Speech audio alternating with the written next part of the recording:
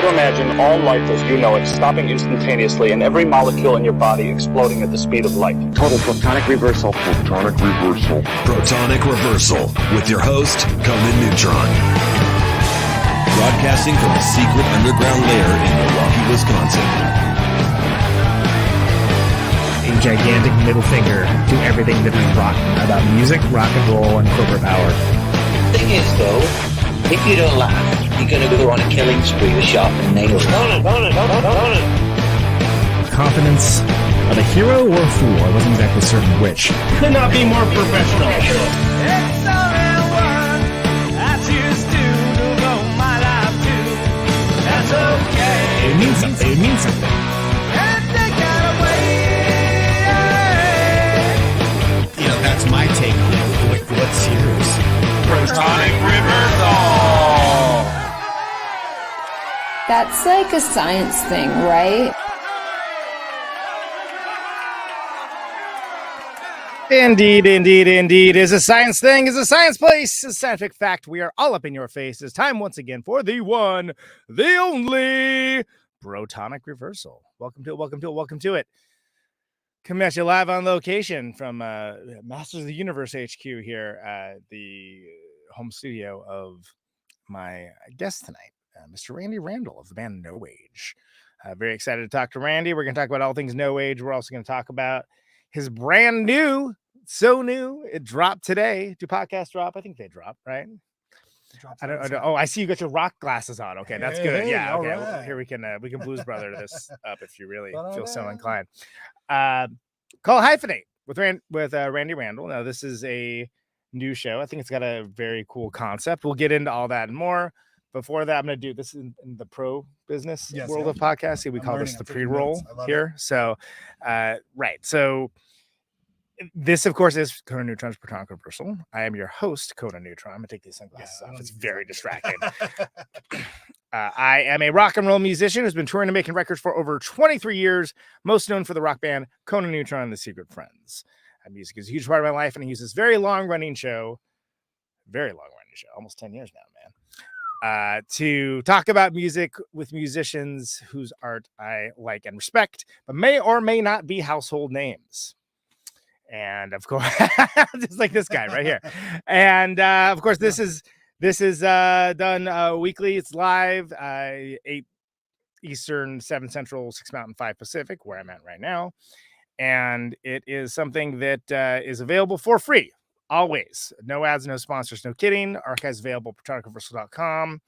And if you like the show, though, and want to support it, $1 a month at patreon.com/protonicreversal, Bernie Sanders model style. We'll achieve that goal and help keep the lights on, so to speak. Oh, these aren't my lights, so I'm not paying for it. I'm not paying you for these lights, Randy. Complimentary lights. So if you like the show, so whether it's your first time or long time, if you like the show and want to get episodes sooner, feel free to kick on the Patreon. If you like the show on the various social medias that's on, and if you want to share an episode, even if you like just one episode, that's a huge help, and it helps people discover the show and beat back the almighty algorithmic overlords, which is the world that we live in now. So there you go. That is the opening spiel. I usually read that. I didn't. That's off the dome. So pretty good. Yeah. That's one of the reasons we do it live anyway. So, but I think that it's worth noting that today's your podcast drop, man. You launched a show today, Hyphenate. So let's start. Usually I start off kind of like earlier and then get later, but let's start with that because that is about as recent as it gets. So tell me about the Hyphenate. Or just Hyphenate. There's no indefinite article. Sorry, we got there. The fix this microphone. The podcast. That's part of the fun of live too. Is like you're like, oh, it's all cattywampus. Fun as it goes. So the podcast name is Hyphenate with Randy Randall, and the hyphenate part refers to people who are good at more than one thing. That's probably the simplest way I can say it.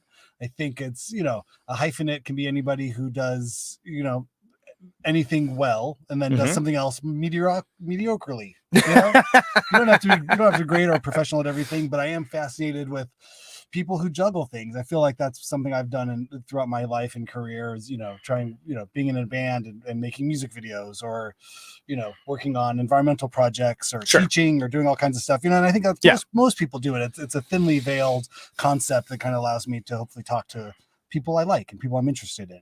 And it's under the guise of you do more than one thing. Let's Right. talk about that more than one thing. If you throw a dart, you're going to find a hyphenate. But I enjoy this idea of at least having some loose sort of framework around it. Well, it's there's a lot of us, right? Yeah. I mean, like I say to like the pre-roll, right? I mean, it's like, honestly, I started the podcast just because I started a podcast that was just the podcast I wanted to hear that wasn't around at the time. But I still consider myself, even whether I'm actively touring or making records or not, like music is like the main thing. But that's it. I take it very seriously. And some people, the show's grown enough that people think of me as podcast guy now, and like, podcast guy has a band, and it's Amazing. like, and whatever. There's no wrong way to engage or interact or touch people, provide value, but it's fascinating to me because, and the classic term, Ben Franklin either both embodied and may have coined it, is a polymath, of people that are actually good at multiple things. Whereas I think in contemporary culture as we exist right now, it's kind of almost looked down on to do more than one thing. It's sort of like, oh, well, you're clearly diluting your essence if why are you acting as well as playing music or whatever along those lines? Don't quit your day job kind of idea. But there used to be a thing like the Renaissance man. Sure. You know what I mean? Absolutely. There's been lots of things that have, Ben Franklin. Exactly. Like great thinker, also like to take air baths. Like go. to run around naked and like somehow that'd be Political bathing. philosopher, he's mostly known for the air bath things, but right? nowadays you have the key, right? On the the key in the thing. Yeah. a little thing called electricity. Kite, Ever hear of this? Yeah. Sign a declaration of some sort. Some kind of. He was real busy with these documents. I don't know.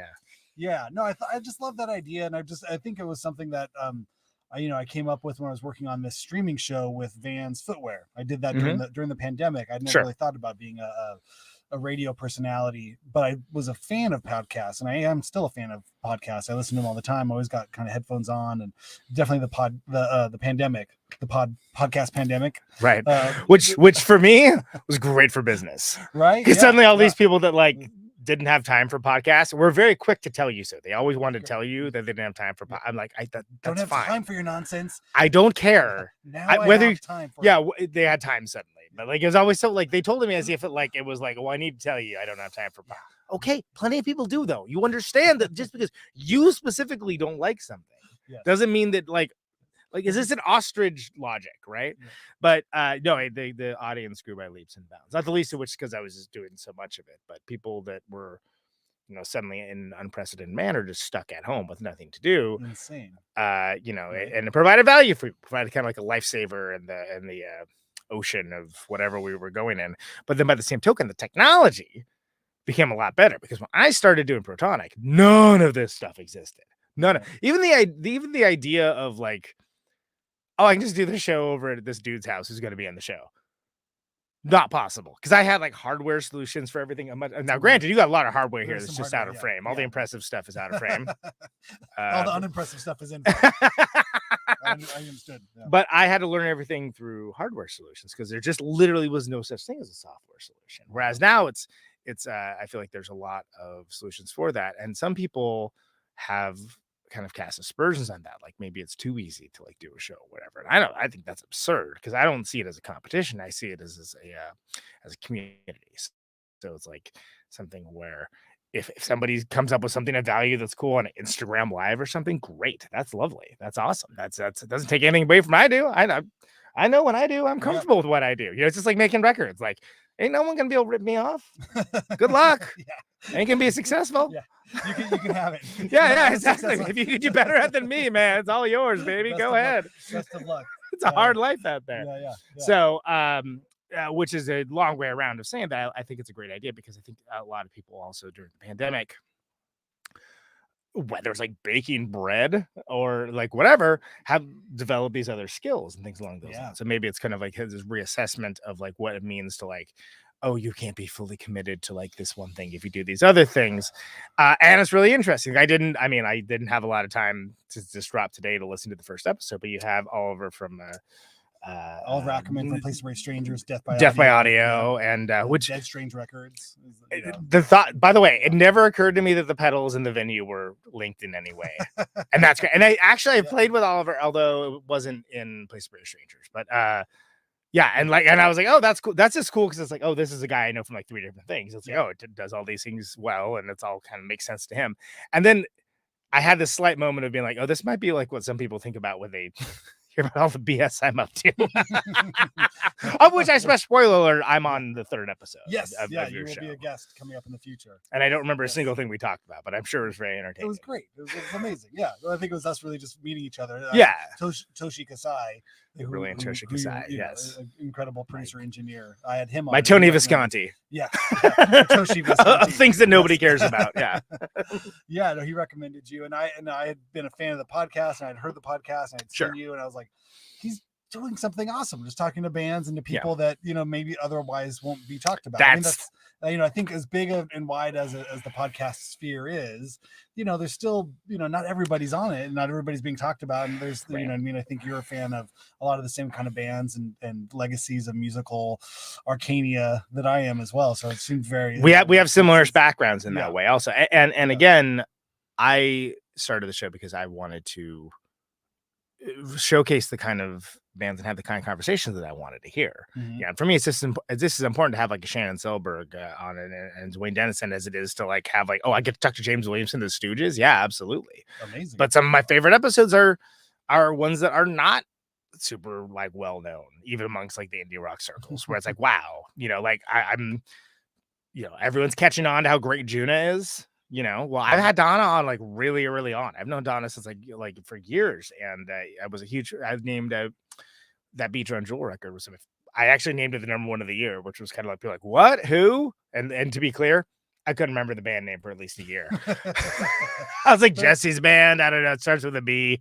But that's part of the fun of being a touring active musician. Right. You find people, you see people, you play with people before anybody else does. And you find people that are like, oh, you're interesting. You're cool. You have this like weird path into like how you do what you did.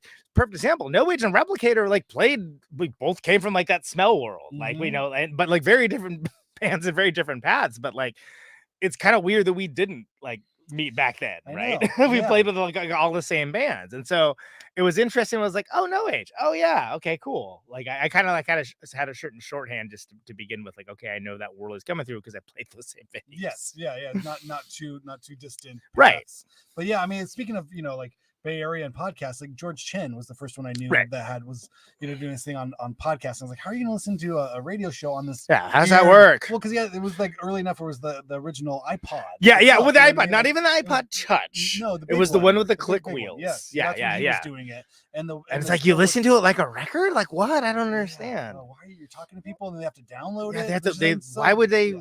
Do they listen to it multiple times? Work. Well, things weren't as fast back then too. When you talk about software, hardware stuff, I mean, you would probably spend as long as the podcast downloading it. Right. As the same, you take the same time like screaming 56K connection. Yeah, exactly. Like there was just stuff wasn't working. Real time players, and what I mean. I was trying to listen to NPR This American Life on a real time player. Yeah, while I was at college, right? At the same sort of time, and that would be buggy and glitchy and stuff. And so I was always interested in how that would work. The idea of everything being streaming as it is now would have been mind blowing, because the idea would be like, you mentioned real player buffering, where it's like anything. Try to watch later. It's like, no, let's download it.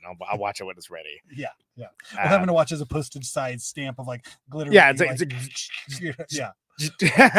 Well, I'm a big Star Wars nerd, and there was like all those behind the scenes from episode 1. The actor that played Jar Jar Binks, interviewing people behind this. It was just tiny, like horribly pixelated, terrible. Like, I bet it'll be good when it's done buffering. I bet it's gonna be really good. Yeah. And it was like, that was fine. But it was the promise of what was to come. I think that was, it all seemed like it's the potential is there. It's just not there yet. But that was a big part. Yeah, I mean, don't get it started on pornography anyway. Oh Jesus.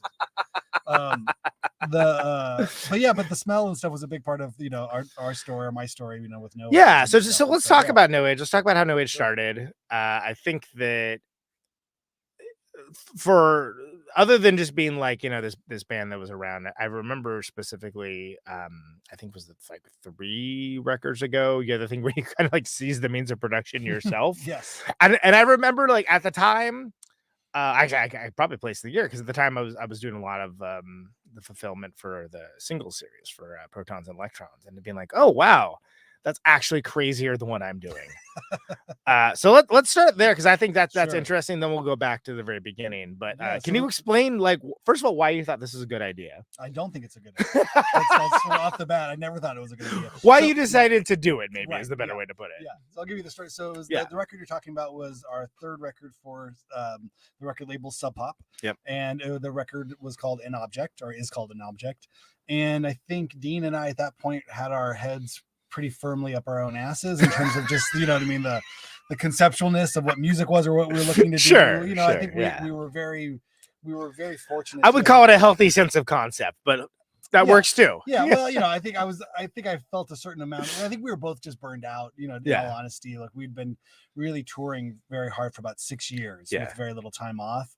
And so by the time it came to make that record, I just think we were, how do we reinvent the wheel another time? Or what, you know, not forcing anything, but also just, I think in the ideas that were of interest to us, we were definitely pretty spun out with creative, not that we were, It's not that everything had been done, but so much of it had been done and like done in ways that like, oh, this guy made a thing that did his stuff, you know. Kind of, yeah. I just think we were looking to continue this like progression sort of series of things, and so I think we were kind of tasked with this idea of what's next and how do we do this next. And you know, we'd had these packages that were the first one for Sub Pop was a CD with a huge booklet in it, and it got nominated for a Grammy, and we lost to Metallica.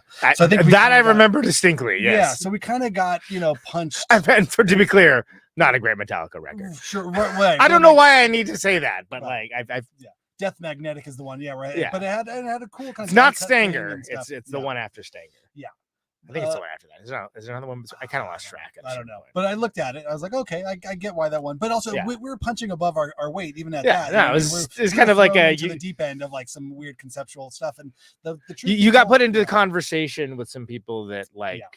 Look, no matter the outcome, it's still interesting to be in the same conversation. Right. And I think, you know, we come from the kind of DIY art space, and we're willing to like poke people in the eye and just have fun and fuck around. You know, that was kind of our spirit. And then we were suddenly like at the big kids grown-ups table and like having to like, and then so, okay, well, here we are. And then the second record we did was called Everything in Between, which again, now we did a big elaborate LP thing. The CD was also, and we were grandiose sort of presentation. Yeah, it was folding and stuff.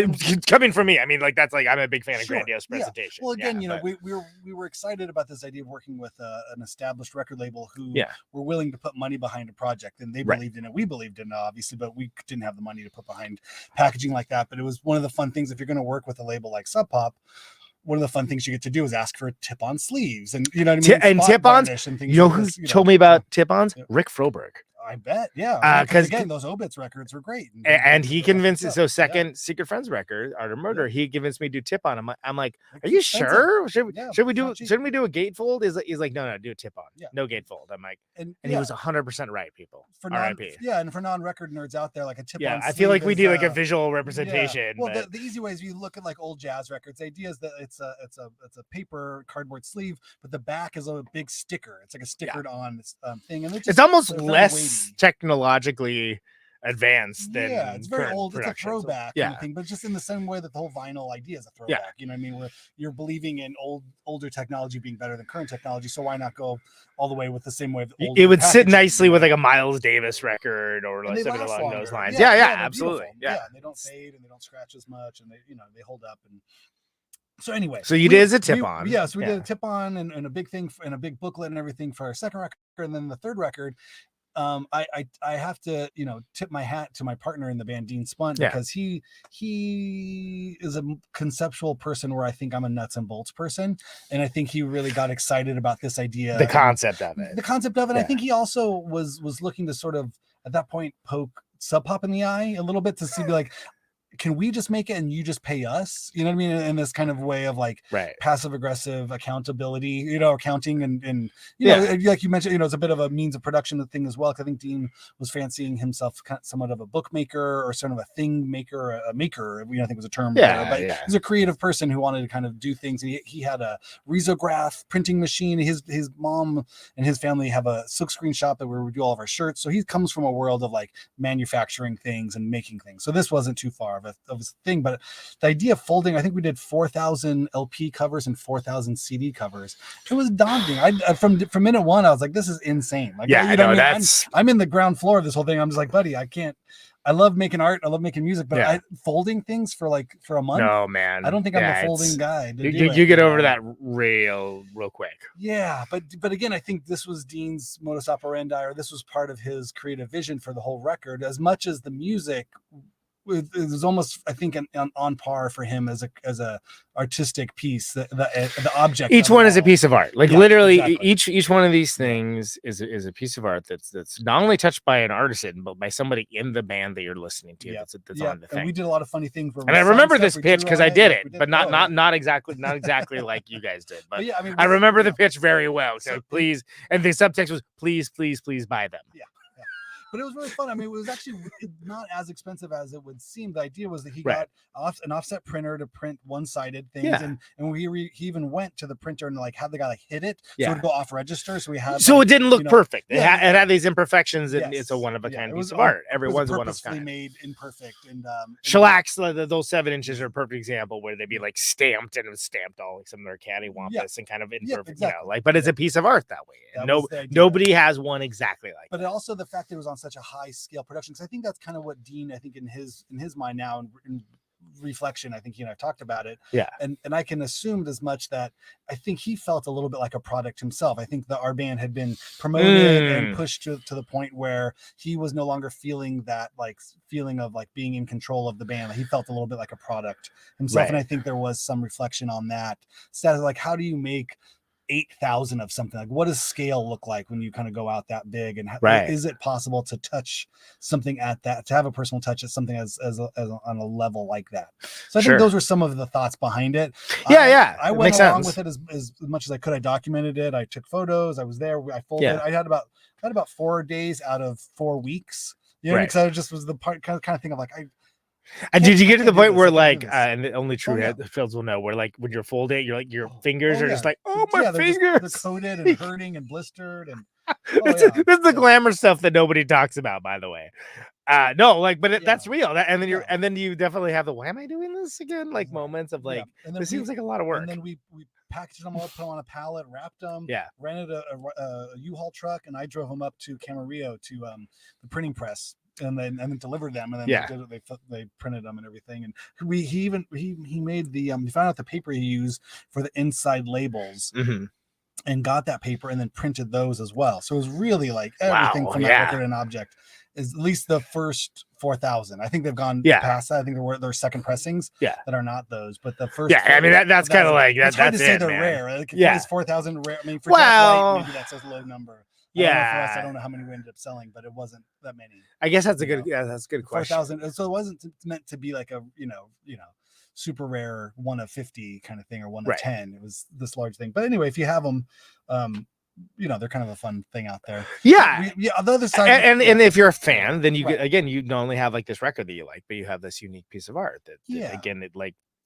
through happenstance and design both is going to be the sheer will. Absolutely a manifestation of will. 100%. I really credit Dean though on that. Like I say, I kind of I get off more on the music side of stuff. I think it's fun to tinker and think about it for a little while, but at the end of the day, my feeling, I enjoy packaging as much as the next person, but the music I see is like ultimately, let's not put the cart before the horse. That's the thing, right? You don't want the music to be an after. That could be the greatest concept in the world. The music stinks, ain't nobody looking for it. I bought Vitology on LP. I know what it felt like to buy a big package on a crappy record. They did make a big. That's right. I forgot about that. Very ostentatious. On vinyl and sold it, and I think now it's worth a lot of money. That was not in vogue at the time necessarily. No, I feel like it was their third record. They were looking to push the buttons, and kind of do something artistic. So I felt, but that's the thing of. Well, you're right. That whole thing was they wanted to be seen as artists. Like, look, we're not just packaged product. This is art, and like you are maybe giving this short shrift because of what you think this is. Right. We're not a pop outfit. Right. We are an art outfit. Exactly. We're not Silverchair. No. Right.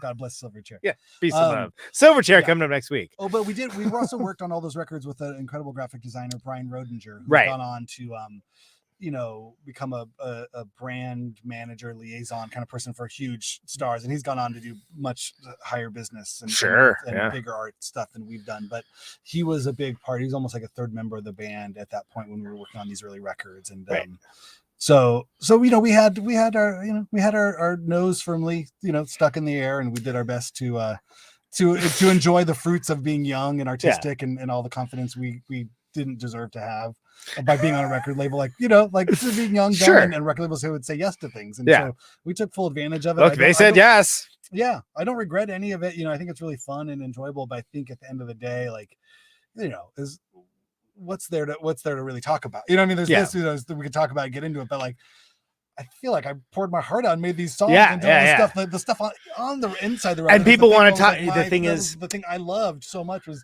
all the blood, sweat, and tears, and the music and all the inspiration and everything. And then the press is like, that's fine, but the process isn't the process interesting. It's like, no, man, you're focusing on the wrong crap. But I also think But then what's worse than that? Them not focusing on anything. We had those records. We're just like, we're like, man, this is great. And like you have that moment, we invented this thing called music. It sounds like this. It's the best thing that's ever been. And then it's just like, it got released, right? Did we? And then and that's it's humbling. Right? Of course. It's been a journey. I mean, we started the band in 2006. Go back to the beginning, because I kind of skipped ahead to the parts I liked. Oh yeah, okay. Well, as you should. It's your show. Please fast forward at any moment here. Yeah, they will.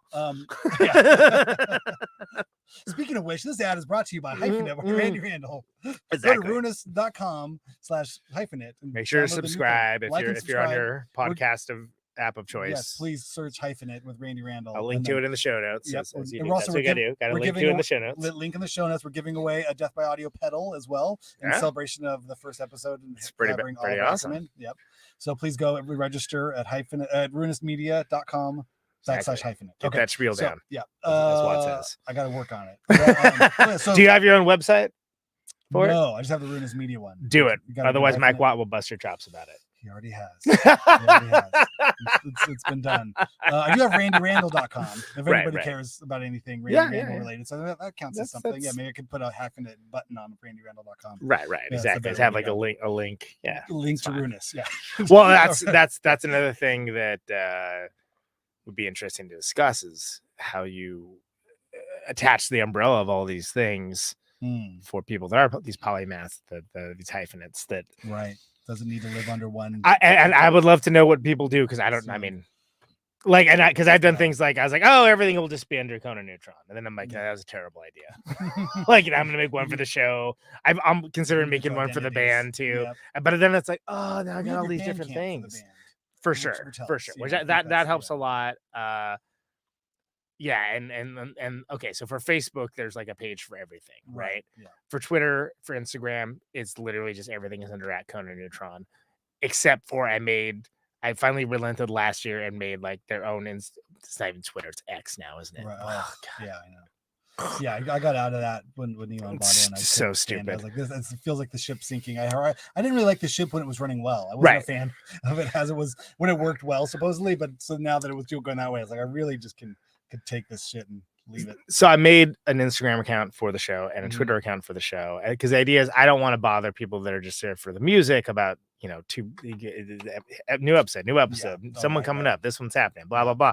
And then by the same token, if people only wanted to know about the show and don't care about my band or pictures of my cat or whatever, then they would have a place to go.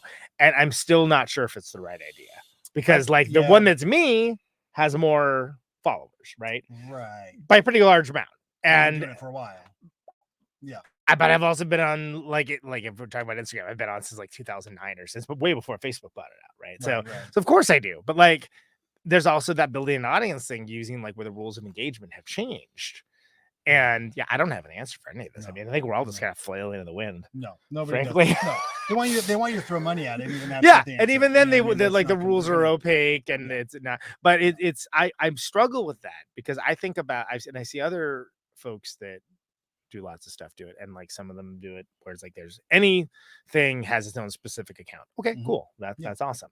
But then sometimes people don't do that, and I don't know. I don't know which approach is better. I don't know. I'm going for the messy. It's all a hellscape. Yeah. I mean, but my own personal Randy S. Randall at Randy S. Randall is the. You can probably get it. It's a good start if they follow you there. Yeah, but anyway, just follow Randy S. Randall, because at this point, like, I'm mostly just posting pictures of my kids. Which I thought it was Randy's Randall. Randy's Randall. You're right. Randy's Randall. At first, I was like, Randy's Randall. All right, it's Randy's Randall. No, it's my middle initial, Steve. Yeah, Steve's no, I'm a quick study. I picked that up, but yeah. No, Randy's Randall's good though. Randy's Randall's not bad. I'm like, that's memorable. I was born with this name. It was my dad's name actually. Yeah. So I'm Randy Randall, the second or junior. We had different middle names. So you are Randy's Randall. I am Randy's Randall. Yep, and I'm Randall's Randy. You should go back. To No Age. Okay, talk to me on No Age came together. So No Age was born from the ashes of a band called Wives that Dean and I started in 2001. And we had a drummer who was a horrible person that we had to kick out of the band. And we replaced him mid-tour.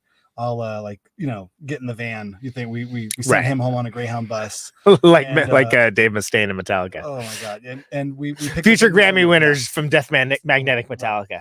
Yeah. So we got a new drummer, and we finished our US tour and did a European tour with this amazing drummer Roy, who was just turned 18, was about to go to college, and we said, get in the van, we're gonna go. Let's go play squats in Germany and sleep on floors for 6 which seems perfectly reasonable when you're great, let's go. It's better than junior college.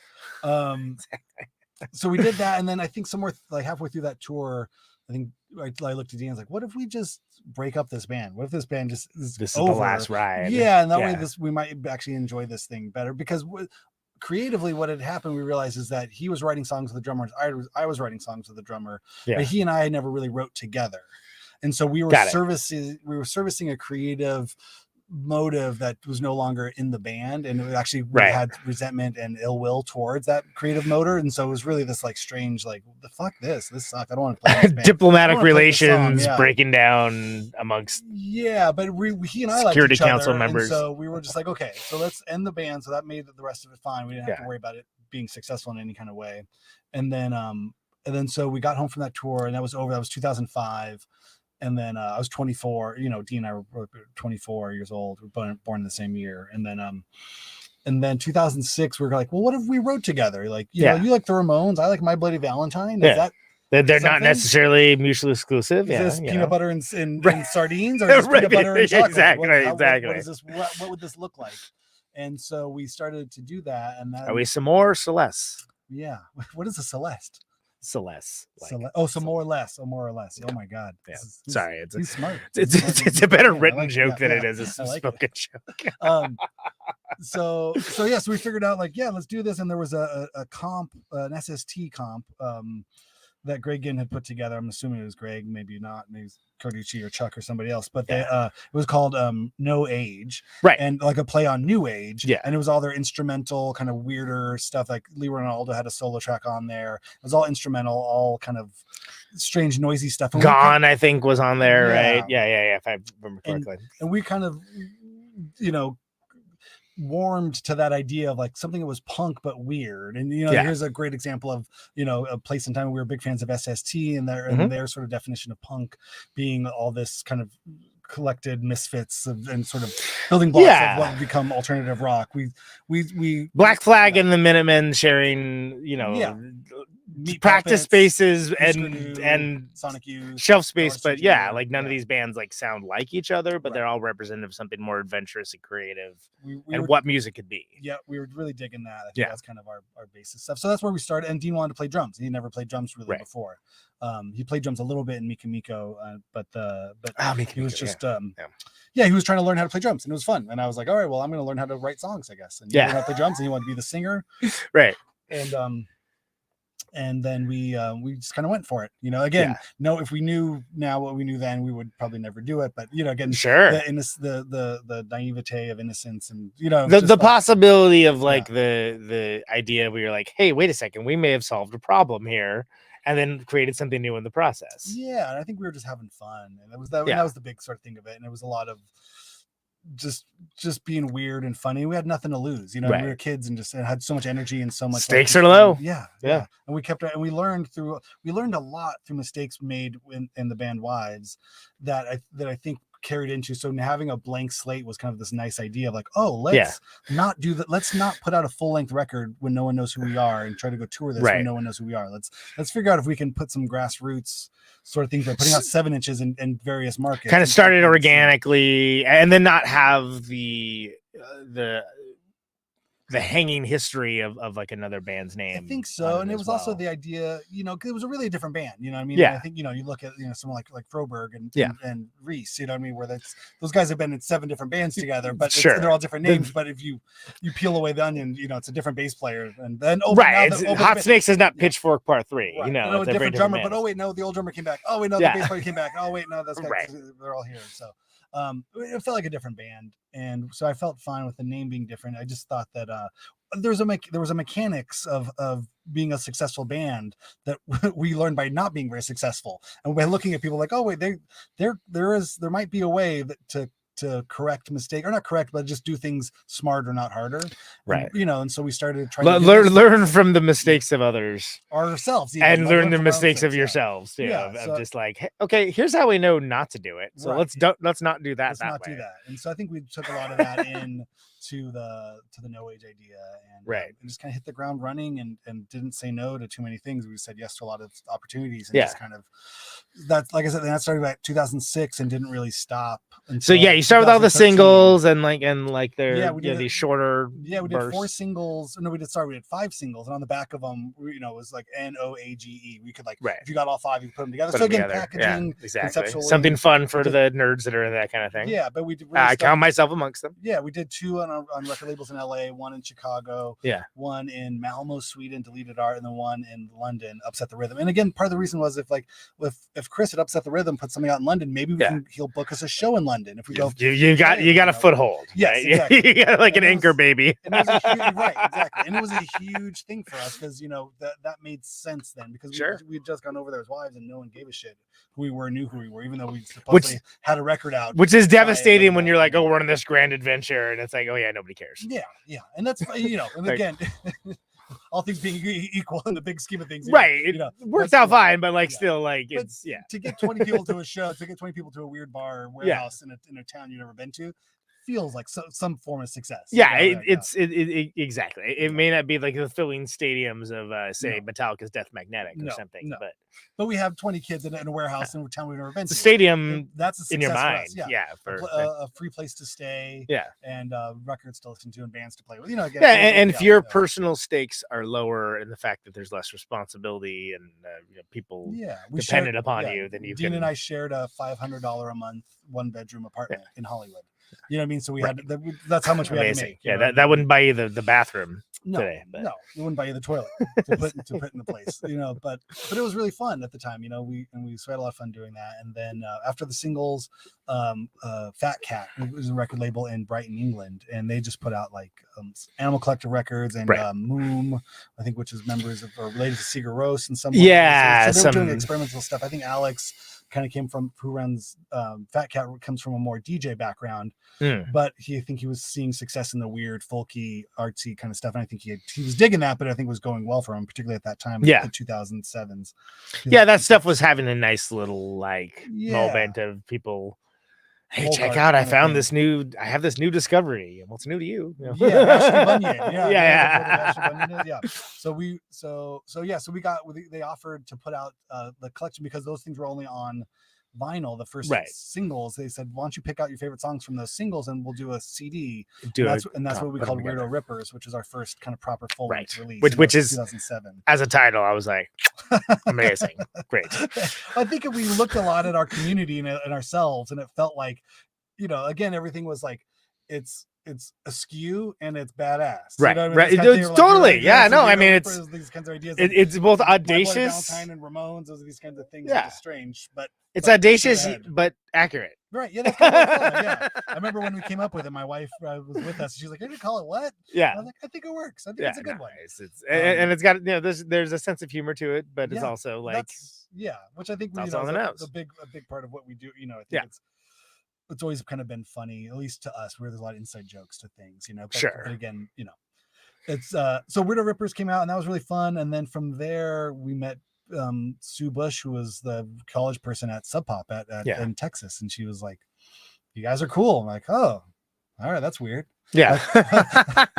And in the same way, we're like, there's like a booking agent. Like, didn't you put out Mudhoney? Are you sure you're talking to the right? Yeah, but it was fun though, because she was kind of more our age and kind of understood our scene a little bit and kind of where we were coming from and liked our friends and stuff. And so it felt a little bit more organic. And the same thing with like booking agents, like, "Hey, like, what's up?" And I'm like, I don't. It's weird. You're here. Okay. What does this mean? Is this making my life easier or harder? Or do you take all the money, or do you make all the money?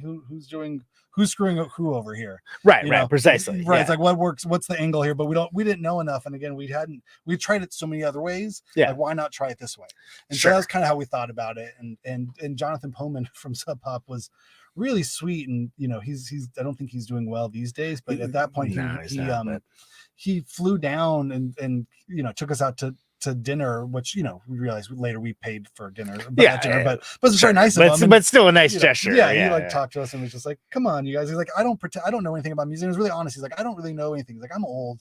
My time was 20 years ago." Right. But the label is not like stuck in time. Like the label wanted to continue to be vital and to put out stuff of the now and present new sounds to people in the same way that there was a time that something like the Sub Pop 200 where people was like radical. Yeah. Right. Yeah. You know, that's a little before our time. But but it was amazing just his honesty about it all. You know, this guy who signed Nirvana and stuff. Sure. Not that we were thinking of ourselves in that terms, but he just told us, he's like, "I don't know anything about music going on, but the people who I pay to know things about music like you guys." Yeah. And that was the most honest that anybody had been, you know, and talking to all these different labels we talked to was like, that's a guy who's at least he's telling us, he's like, "I don't know shit." He's not BSing you. Yeah. But people I trust say that that y'all are good.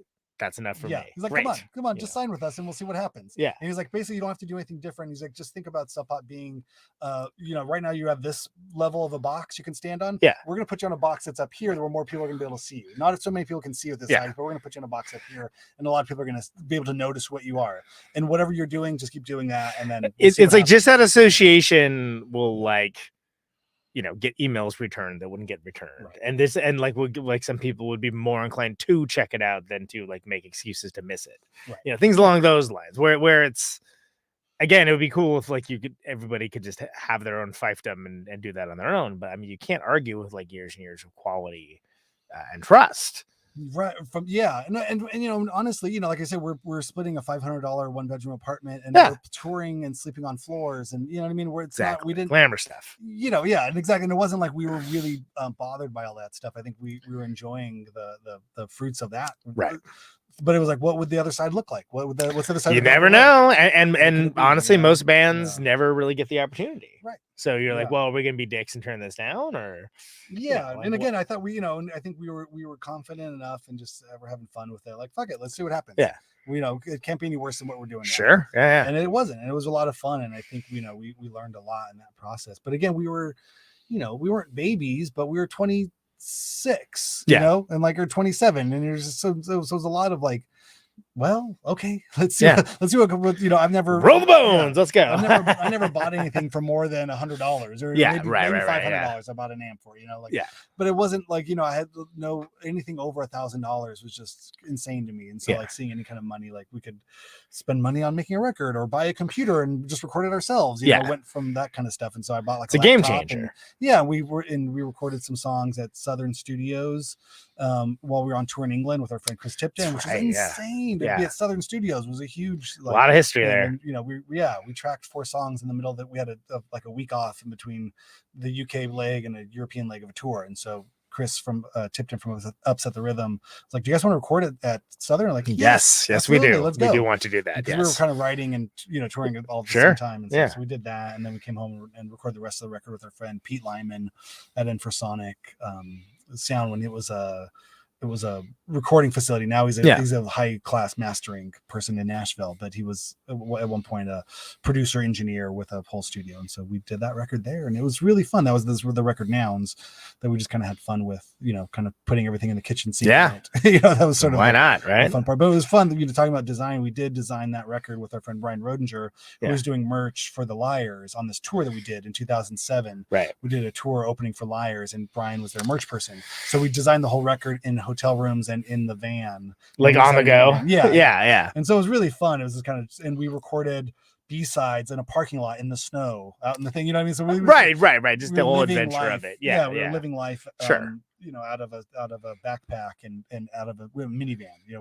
There was our thing because we're two people. We just rented. Exactly. You don't have like a ska band full of people. Like you can. But again, lessons learned from the Wives days. Like Dean owned it, like an Econoline or kind of van. Yeah. And it sucked. You got parking tickets. It broke down all the time. You had to pay for this van even when you weren't using it. And like 90% of the time you're not using it. It's a lifestyle choice, and I say that as someone who's liability. Ultimately, owning a tour van, if it's not touring, exactly. You got to find a place to put it. You got to keep it registered. You got to pay insurance on it. Oh, you tell them. I've owned the same van for 16 years. I know very well. But like, like the idea of spend $100 a week taking out a Chrysler Town and Country, beat the shit out of it, return it. Right, exactly. You can go that model as well. I mean, there's none of it that's like great, and it's also, if you're gonna do it, then you have to figure out how you're gonna do it, and the options are. There's more options available to you when there's a smaller band. Yes, as a 2-piece, we could get away with it for sure. Right, like I've been like definitely 4-cylinder minivan engine. You know what I mean? Seen friends bands roll up in a minivan, just be like, that must be nice. Yep, must be nice. And then it's like go seating. You could hide. I'm sitting there, filling up the V8, the E350, and it's like, it has $130, huh? Okay. Oh God, yeah. But you own it, you know what I mean? Again, ownership is a whole other thing. I've seen it. I've been jealous of the other side too. Yeah, look, there's good and bad parts on both sides of it. But anyway, so we're renters, so that was the thing. Yeah. So you've got stuff's moving along. You got this bigger platform to a certain degree, like it's opened up like some doors in some ways, but also mostly you're just plying your trade, just doing it, going out doing it, and. How does it start to evolve? Because again, something that I was thinking about as I was practicing with one other person in the live band, which is the first time that has happened in many years. Usually it's just me and Tony and the other person. I was like, first of all, I was like, wow, this is humbling. There's no room for error whatsoever. Oh, right. Yeah. And like as a duo. Right. So I think of myself, I'm a freaking badass. I'm a rock star. I was like, I'm missing stuff like left and right because like, you're just used to hearing certain things and you're not hearing them. And it's like, God, there's no room for error of any kind. Right. Well, I don't know if you unless you make that. Seen us live. Yeah. I guess maybe there's a lot of room for a lot of error, and we call it art. And we call it right. style. No, that's jazz. That's a jazz part. But I guess where I'm going at with that is, how did the process evolve with it? Because again, like the smallest change is going to be a huge change. Whatever you do, like changing a pedal could be like career altering. Oh God, yeah. Having people stage dive off your pedals, set. It is. It's like I can't spilling beer on it. The whole thing goes down. Yeah. So the idea was that if we're gonna do it as a 2-piece, we didn't want it to sound like a stripped down. We're not a blues band. Right. We're not the Black Keys. We're not the White Stripes. Although you get plenty of comparisons by them being the 2-piece bands that people know. But I mean, I think if the closest duo that we were, those guys just weren't in our sphere or our mind. Sure. We knew who they were, but it had nothing to do with what we were doing. It's not the same kind of music, but that doesn't matter because people see, there's 2 of them. Oh, that they. But you know who you remind me of? Black Keys. Right. Yeah, how'd you know? Sure. Yeah. It's somebody like Lightning Bolt. It's somebody we had played with, and we were completely blown away with, and loved Lightning Bolt, and we thought if they can do it, and we could go down that. We jumped off of the Lightning Bolt rock. And landed on something. Even though you guys are doing kind of a different thing, it's like that same sort of interchange and play off each other. Yeah, no, I can see that. Yeah, and so the idea was to not necessarily to sound like a 2-piece, and I wanted to kind of cover many bases. And already in the Wives band, Dean would put the bass down, and I I would take his lead and I would plug into his amp, we'd do this kind of thing. And so I had gotten used to a degree of like, oh, well, bass amps sound lower, so that's kind of cool. So if I could put the guitar with an octave pedal or something, and the low strings sound cool. How do you fill up that frequency range in such a way that's like satisfying, doesn't make it sound like Dead Moon, peace and love, right? Yes, yeah. No, we were trying to fill up this bigger space and then also have more than just what my 5 fingers and 2 hands could do. And so with that, early on, I had when I first picked up the guitar in my teen years in the 90s, I loved bands like Sonic Youth and these types of things, but also I loved like the Beastie Boys and like X Large and these kinds of things, and or Cornelius and that Phantasma record's incredible still. And so that sort of opened me up to this idea of sampling. So I bought an old a 202 the SP202, and it was really fun. So that became a big part of my I had a 4-track that I still have over here just off frame, and an SP202 and some couple of guitar pedals and a Yamaha DS or DX7 keyboard. And so I had a few things I was like, so I liked I wasn't beholden to some kind of like analog rock purist thing again, which right. Jack White trip, God bless Jack White, but I didn't have this.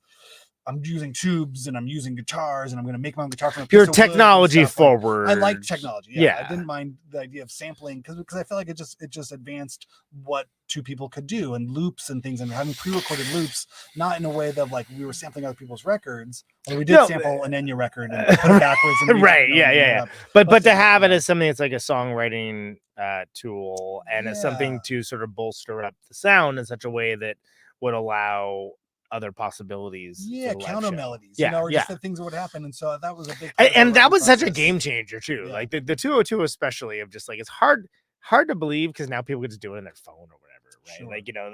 And they're like, oh wait, anyone can do that. It's like, no, this was like a huge deal.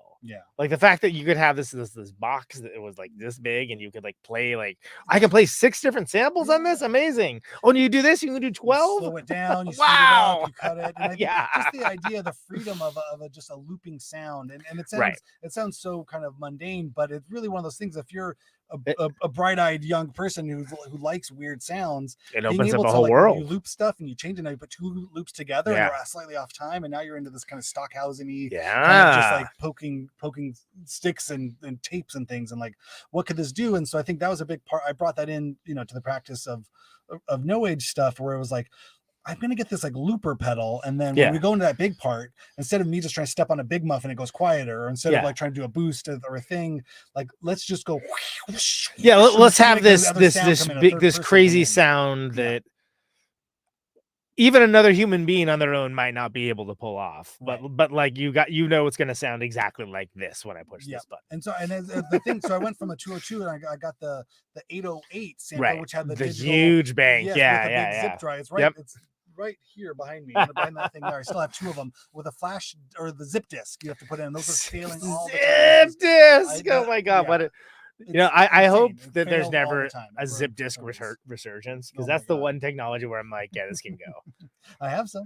I still have. But so I use zip disks for the early age stuff. For the shows, I'd bring this big thing with me and I'd trigger it with these pedals and these different things. And then we eventually figured out like little sampler things we could do, and then involve computers to the degree of at least like storing them and having a backup, having like but most of the reproducible. And most of the samples and loops are all stuff we would make ourselves. Like we'd have practices where we like try to write songs with notes and chords and tempo, and then we would be burned out on that, and we would just have like, let's just make weird sound practice. And we'd record those and like, ooh, that sounds like this is like, I put a feedback thing and then slow it down and put it backwards, flip it through a Boss DD5, the reverse. I had a volume pedal making swells into this thing. It kind of sounded ghosty and organy, and then I would loop those things into a looper pedal, and I just save them, and I would later on I would understand what things like were called keys. You'd be in a key of something. In the beginning, I did not know anything about a key. I was like, oh, that sounds neat. Yeah. All right. Later, I would go on to understand, like, oh, we were writing a song and the chorus goes to A. And then, oh, now I know I have a weird sound. I made it in A. I think this could work. And you would know that you could pair these things together because they would actually be complementary rather than just like, that sounds good. Or well, we just go, nope. Nope. Oh wait, that's the one. And so it was a lot of trial and error, and that kind of can be heard, I think, in those early records. There's a lot of just this juxtaposition, like, what the fuck was that? Anarchistic kind of. Or it'll be like, okay, these 2 pieces, like, it fits together, and then like this when it third does this thing, third thing, yeah, it's like, what was that? That was not expected, but we enjoyed. But that can be cool too. Playing with chance. It was a Brian Yeah. Eno kind of cards of what is it? Mishumanation. Yeah, Misanthropy. Cards Against Humanity. Yeah, so we were doing that kind of idea of just sort of pulling chance in. Oblique strategies. Oblique strategies, yes, yeah. I was like the 5 obstructions. No, that's something entirely different. So we That's had just the we're 5 having fun with that, obstructions. and again, it's a little conceptual, but also just sounded cool and Sure, weird. And yeah, so and that was a and big you- part of writing and that's songs exciting and too stuff. because it's a way to open up a different kind of songwriting than Yeah. you just be able to of like like down by the campfire with acoustic guitar and Right.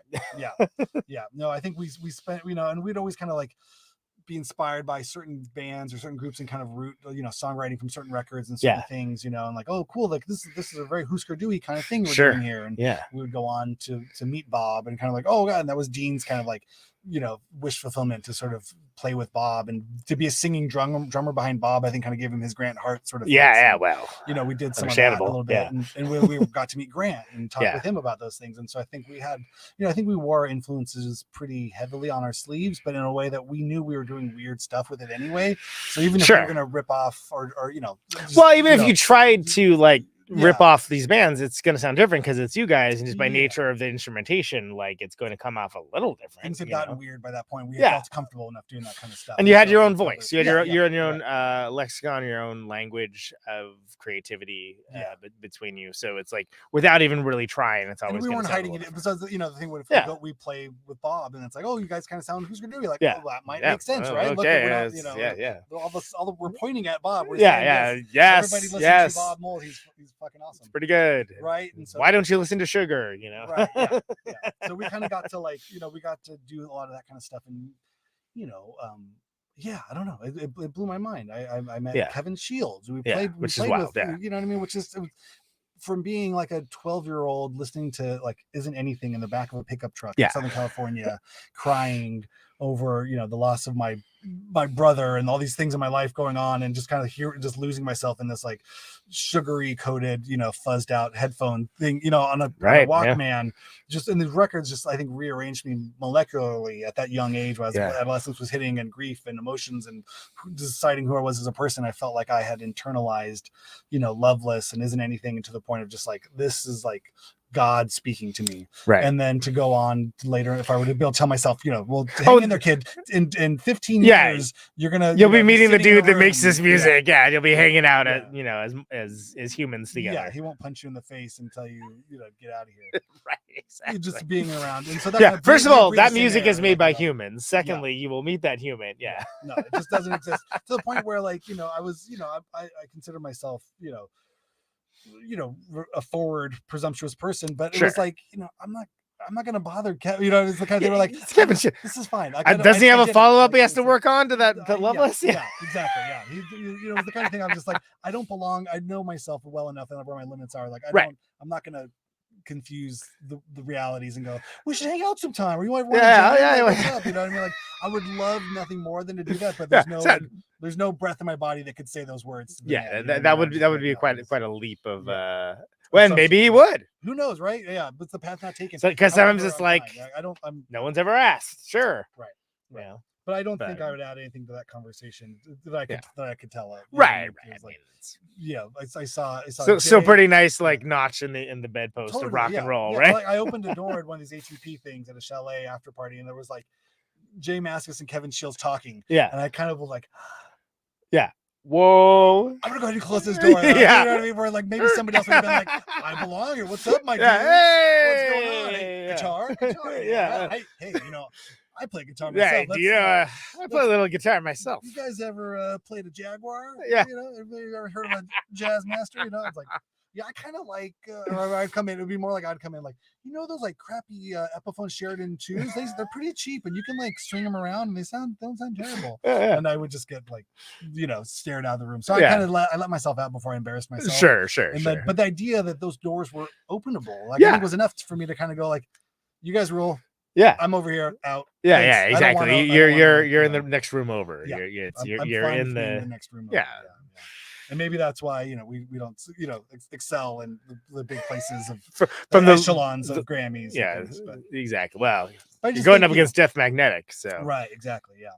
But it's really fun. So we got to do a lot of that fun stuff through the Sub Pop exposure, through people, thinking we were worth paying attention to and booking and putting us out there. And we did a lot of touring, and it was really kind of a thing of like, I was also young and never really processed, like emotions and things, or figured out what to do, and so I was drinking too much. I became like this raging alcoholic drug addict, and I got sober. It's so easy to do on tour because, and Tony and I talk about this all the time. It's like, well, you got all this time where you're just waiting for something to happen. Oh yeah. All right, we're here. We're loaded in. Like, show starts in like 4 hours. You don't have time to go like do anything. Yeah. But like, you kind of got to be around. It's like, I guess I'll have a beer. Yep. I guess I'll have 2 of them, 3 of them, 4 of them. And they're free. Exactly. It's hard to do. It's like a very easy encouraged. It's the one thing where like casual alcoholism is completely encouraged. Oh my god, yeah. I took to it like a fish to water. I think I was predisposed to kind of go that direction, and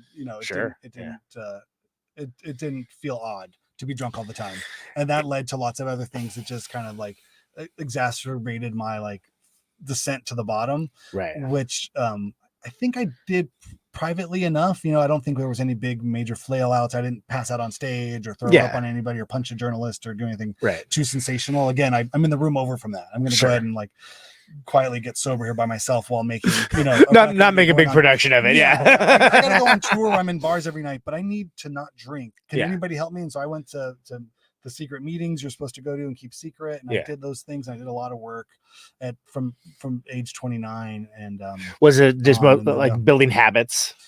It was breaking down a lot of stuff. I think I had to sort of take my ego out of my life, and then and then sort of I think habits are tools, kind of learning how to live life on nice terms. And again, those things in an environment that the entire thing is designed to be like enabling all of these. Your alcoholism and your ego are very important to a lot of people at the same time. They make a lot of people and they become inexorably tied together. Absolutely. We would like to inflate your ego and give you alcohol and drugs. Right. Is this something you're interested in? And I had to kind of get to the point like, I think that's going to kill me. I think I'm going to die if I continue down this path. So I had to figure out how to have fun and live and still enjoy playing music, because it was a thing that I didn't not like all that. I still love playing music. I just had this horrible addiction, and so I had to really be honest about it. And then did you find it was like was it terrifying being in the moment more? Or was it I couldn't be in the moment. It didn't that kind of that thing of like the kind of zen, like the thing being living in the moment. I didn't know how to do it. It didn't exist. I was in my head all the time. I was running 1,000,000 miles an hour. I did buy a motorcycle because I had a few friends who were sober and rode motorcycles. Right. And so, some of the things people say are, change everything, like, what do you change everything? Right. And like, so, if you find like something new in your life that can, that you can sink energy into and build something up healthy. That is not. I didn't really have hobbies at that point. By 29, I didn't have. I played guitar for a living, and I also played guitar for fun, and I also played guitar because I needed to, and I also played guitar, and everything was just I played guitar. Yeah. Like, what do you do? I play guitar. Yeah. Exactly. Like, okay, well, do you do anything else? I drink beer and pass out. Sometimes I play bass. Yeah. I try not to throw up on myself, and I watch science fiction movies. Exactly. I watched a lot of movies and passed out. I've seen Total Recall 12 times. That's true. Yeah, I've done all of those things. Not stick around, or those things. Cohagen. Arms. What is it? Yeah. Anyway, the Quattro. Anyway, and with the face and the so good. 2 weeks. 2 weeks. You think this is the real Quaid? It is. Oh God, pulling that big thing out of his nose. Anyway, whatever. We could do this all day. So then I but it's motorcycle riding. Right. So motorcycle riding, going 80 miles an hour, 4 inches off of pavement. Yeah. Really put me in my body. It really like took took my mind You're right there. out of contemplating my own belly button for Yeah. just a minute, which was really nice, because I think I was a big thing about alcoholism, at least I can speak for myself, is you're a self-hating narcissist. Yeah. You hate yourself, but all you can do is think about yourself. So what a torture that is. You think you're the most important person, but you also think you're the biggest piece of shit, but you also don't like yourself yeah, at the exactly. same So time. to imagine the torture of that. Anybody out there suffering with this, please go get help. I encourage you to get help. Reach out to people. DM me if you want. I can send you towards places, websites, and things where you can go talk to other people. Resources. About this. Because it's serious. If that resonates with anybody, I'm more than happy to talk about it, because I had to save my own life. You know what I mean? There are people telling me real facts. Yeah. This you suck. Like what you like you. We love you, but you suck now. Yeah. And so I had to figure out how to love myself, and I had to get to a point where that would all make I discovered a thing called self-respect, which was so. Have you heard of this, Paul? Yeah. No, never dawned on me really what that felt like. Right. And so but it was through sobriety that I was like, oh yeah, I don't think I can go to this party because I don't think I'm gonna like who I am in the morning if I go there. Right. It never occurred to me. Yeah. There's a party. It's like, There's of gonna be course I'm gonna go. There's gonna be all these things and people and stuff and things to do there. Like I will be there automatically. It's it's like saying, or going to Vegas. I remember talking to somebody and they're like, I have to go to Vegas. We're playing a show or something. I was like, but I don't know how to not drink. They're like, well, you can just not drink. I'm like, no, you don't understand. I'm going to Las Vegas. They give you free alcohol there. And they're like, basically it's a city built on adult vice. Yeah. And they're like, but the idea is like, well, just don't do it. I'm like, okay. I hear that these are words that you were saying. But I'm basically I'm telling you, I'm going to a pool and you're telling me don't get wet. Like, I didn't know what that meant. Right. So little things like that, just understand. Well, and that's addiction, and that goes beyond habit. That is actually addiction. Yeah. No, I had it. Whereas for me, I come from alcoholic and addict stock. Right. I don't have the gene, amazing. which I'm glad I don't have the gene. But for years I was like, well, what if I have the gene? I better just not do any of this stuff just to be on the safe side. Yep. And I don't, which is good for me, right? But right. a lot of people close to me have, and when you get to be on the other side of this, I got to see that of like before and after, right? You get the Al-Anon side of things. You get all the beautiful gifts that come along with that. Being a loved one of an alcoholic, which is horrifying and a lot of humbling experience. To work on there. Yeah, no, I see all sides of it. I'm not too far off from that mark myself, and it's like, you could be a double winner. You could be an alcoholic and this, or just have one or just the other, which is fun. Yeah, but I think I feel comfortable talking about it only in the sense that because your story can help others that's as my well. hope. Because some people again might be listening. There's a thing that we all think we're terminally unique. Unique snowflakes who are just going to die alone because we're so special. Because everything in modern culture seeks to focus everybody on the individual without supporting the needs of the individual. Ooh, preach on. It's so sharp, because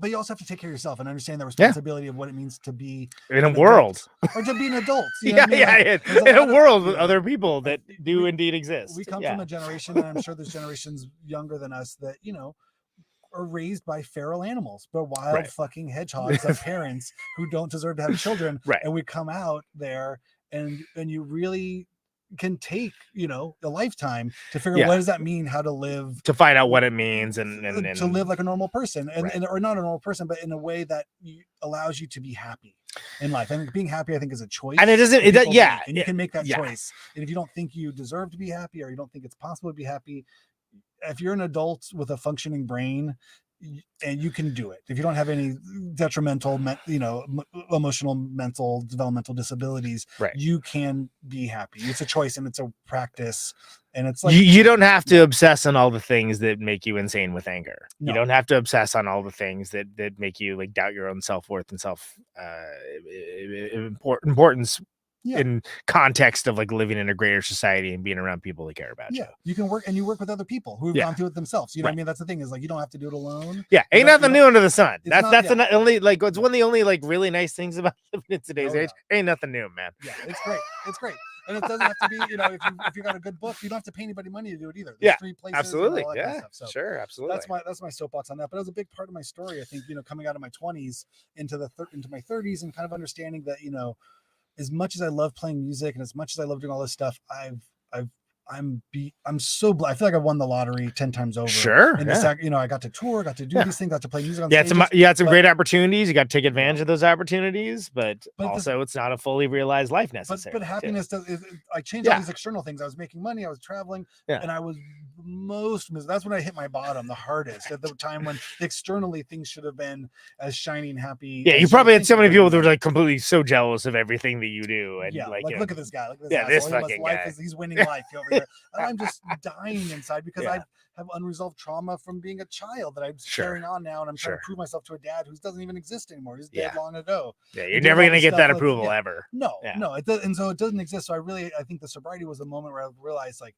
all the exterior stuff doesn't matter. Money fame doesn't matter. All that stuff. It's really what you believe inside and what you practice inside and who you are inside. And what that and how to express that in a way that is the same person you feel inside is the same person you're on the outside, and living that life honestly, was something that I felt so empowered by or scared to try, but I was like, I feel this now. So how do I put this in action? And part of that was, just supporting things I loved and spending time with people I loved and not chasing things that I didn't love, and just being honest and knowing what that felt like. And so that for me was starting a family. I saw that I was really fortunate enough to have a beautiful woman who loved me. And I was like, let's get married. Let's do something bigger. And we bought a house and we did all this kind of stuff. And that was, those little kind of mundane suburban joys, where it may feel like, oh, well, hey, you used to be famous. You used to be a rock guy. I remember when you guys did XY, you were on a television show. Didn't you used to be? Yeah. And now I'm the dad at PTA, selling books and stuff. And but to me, but both those ideas can exist simultaneously. Yeah, exactly. We live in this, sort of society that's not in common for that, but I think that's been normalized a little more as in general, rock music has become older. Sure. Right. Yeah. And by extension, punk rock music has grown to adulthood, So true. Where and grandfatherhood. And in some cases, I've seen some of these tours. It's great. Yep. It's like it's like the Mosh in your Walker tour, It's like, all right, don't break anything. Oh my God. Yeah. Peace and love. Yeah. But so I was able to put a life together that fulfilled so many of the things that I felt were important and possible, and fill up these what were these holes in your life from these bad habits and these bad things with like something that's you're actually healthy. Building and healthy. Yep. So it's been really great. And then we went as career wise, and we did 3 records for Sub Pop. Then we went to Drag City, right? And we've done 3 records for Drag City, and they're incredible. They're so kind. Dan Kay and the crew, Catherine and Brett and Brian and Dan, everybody's so awesome at Drag City, and they've been really supportive. And I think there was an idea when we moved from Sub Pop to Drag City that we talked with Dan Kay, and it was like Dean and I had sort of talked like we're only going to get older and weirder, and we need to find a place that's gonna allow that. Yeah, you know what I mean. And this kind of Captain Beefhearty sort of way of like, I think things are just going to get weirder because we're weird people, and if left to our own devices without the pressure of having to be a pop band or a kid popular band, that's who we want to be. Then that's going to open up possibilities for you to just do whatever the hell it is that you're going to do next, right? Creatively, that's sort of where and be okay with not knowing what that is at the time too. Like because it's like you can know like, all right, I am not going to stop, but I can't say we're not going to remake these earlier records either. So it's going to be different. How is it going to be different? No one can tell. But the most likely scenario is it will not be like a late career, #1 worldwide chart topping hit. Probably not. Just by law of averages. We didn't have them when we were younger. We're still not gonna have when we were older. It has happened. It's Scatman John is one of them. Actually, that was a very late career hit for him. Scatman. Yeah, I'm the Scatman. Yeah, the thing is, that song is literally about him learning how to overcome his stutter. Oh, amazing. It's actually kind of an incredible story. Yeah, but that was worldwide hit, and he actually died like 4 years later or something, which is crazy. But he had been a musician his entire life. But not everyone can be Scatman John. Probably not going to happen for no age. You don't have a Scatman John story, but we do have a lot of fun songs and music. And we had a lot of stuff to still say. We still do, But I think and you have music that has meant something to people, and you have this artist and fan relationship where, if you're doing it right in such a way, you can just keep that sustainable and bring people along for the ride, and there are bands that test that. I love Liars, but sometimes it's almost like it's like a dare to like them. I like them and I've liked all their iterations, but you're never going to make a fortune catering to Conan Neutron. I freaking guarantee you. Yeah. You know, and like, you know, sometimes that works out for the best. You know, Beefheart's a great example. You know, and I love the late era Beefheart. It's one of my favorite stuff. It's great. Crow, Yeah. Dock of the Radar Station. It's good. Shiny Beast. You know, I think all of that stuff, that the post Trap Mask, you know, Trap Magic Mask, Band, yeah. Magic Band 2.0, I think is incredible. You know, Eric True Feldman and I think that there's, Chuck you know, Cotton. I mean, I guess like, you know, the temple would be like a residence or something, right? Where Sure, you're just that's like, oh, where just you go, never yeah. stop and just continue my to keep God. doing it for forever and ever. Sparks, another good example. Well, look at that. Yeah, they had a huge resurgence. They're Yeah. doing better than they've ever done. I think, Absolutely. you know? So Turning as someone Yeah. who like almost single-handedly Johnny Appleseeded Sparks fandom around this great country of ours for many years, I it's guarantee you insane. the level Yes. of notoriety they have now has not been seen for quite some time. Yeah. And well deserved, because Yeah. it's they've always been great, you know, and they've Yeah. always just done their own thing. Yeah. Like when that brilliant documentary came out that same year, they did they did that a net movie Oh, with yes. Leo. Yeah. I don't know how you'd say it. Karak. I don't know how to say it. Karis? Yeah. Yeah. Exactly. Which insane movie that they did the whole soundtrack for and has one of the best opening songs ever. And then they just put in the live set. I'm like, that's yes, of course you yes. did. Why Yeah, wouldn't it's you? great. Yeah. Well, I have a mustache. So as a duo Right, with one exactly. mustache member and one good-looking member, you know, I realized I was not going to be the good-looking member of the band, so I'd be the mustache member of the band. Might as well Yeah. get that mustache roll It's a on. little lock. longer than you know than our friends at Sparks. Sure. But, You got time. yeah. He's got a few years on you. Yeah. We'll see how it goes. But yeah, no, I think, you know, we'll see what happens. But I loved. Well, working with don't City blow and stuff. It's past like, the, no. the more recent sorry. records though. Oh, no, so no, yeah, yeah. so all right, so let's start. Yeah. Let's start with We Step go- Up to Drag City. Okay, yeah. Let's So we start go, with so we third hit, back. Yes, we hit 2013 an Object. We toured the hell out of Right. that. I have my first son, Ryder, born that same year. My wife came on the tour with us while she was pregnant. It was really Yeah. fun.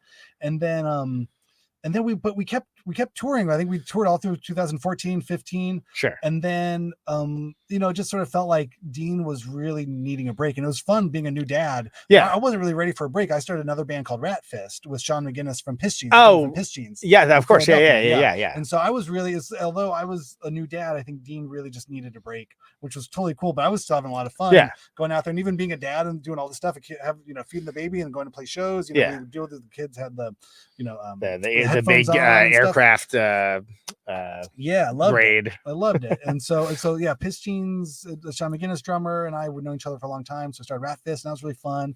Didn't really go anywhere to any success, but Yeah. not for the lack of me trying the best I could. But I was Sure, I was a front man. It was a real rocking, kind of heavier sort of band. Yeah. And then Dean and I got back together.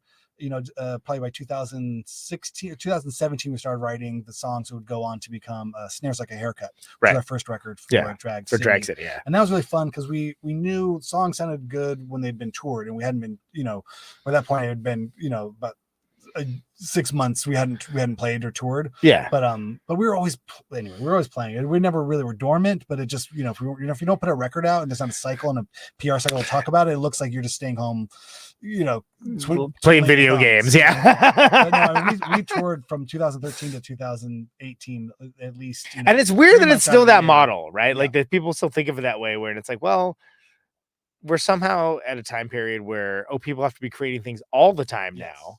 Yeah. But then also it doesn't matter unless it's a record. Right. What? But the only way to make money is to tour, or at least it Right, was then. right, And we were exactly. touring But then- we toured all the time, and yeah, Yeah, but then be like, well, when's the next record gonna be? It's like, yeah, dog, one came out last year. yeah. I got to have. Some Where life were you? We got to have some life to live and to write something. Sure, about. yeah, So, exactly. You You don't want want to- to hear the record we wrote in the green room and on at sound checks. Right, That's not like the that record everybody loves. that Killing Joke song about like, you know, how you know, First Class is so annoying. Okay, yeah, Yes, sure. yeah. That's real relatable there. Yeah, you Jazz. don't want to hear that record. So Jazz Coleman coming up next week. No kidding.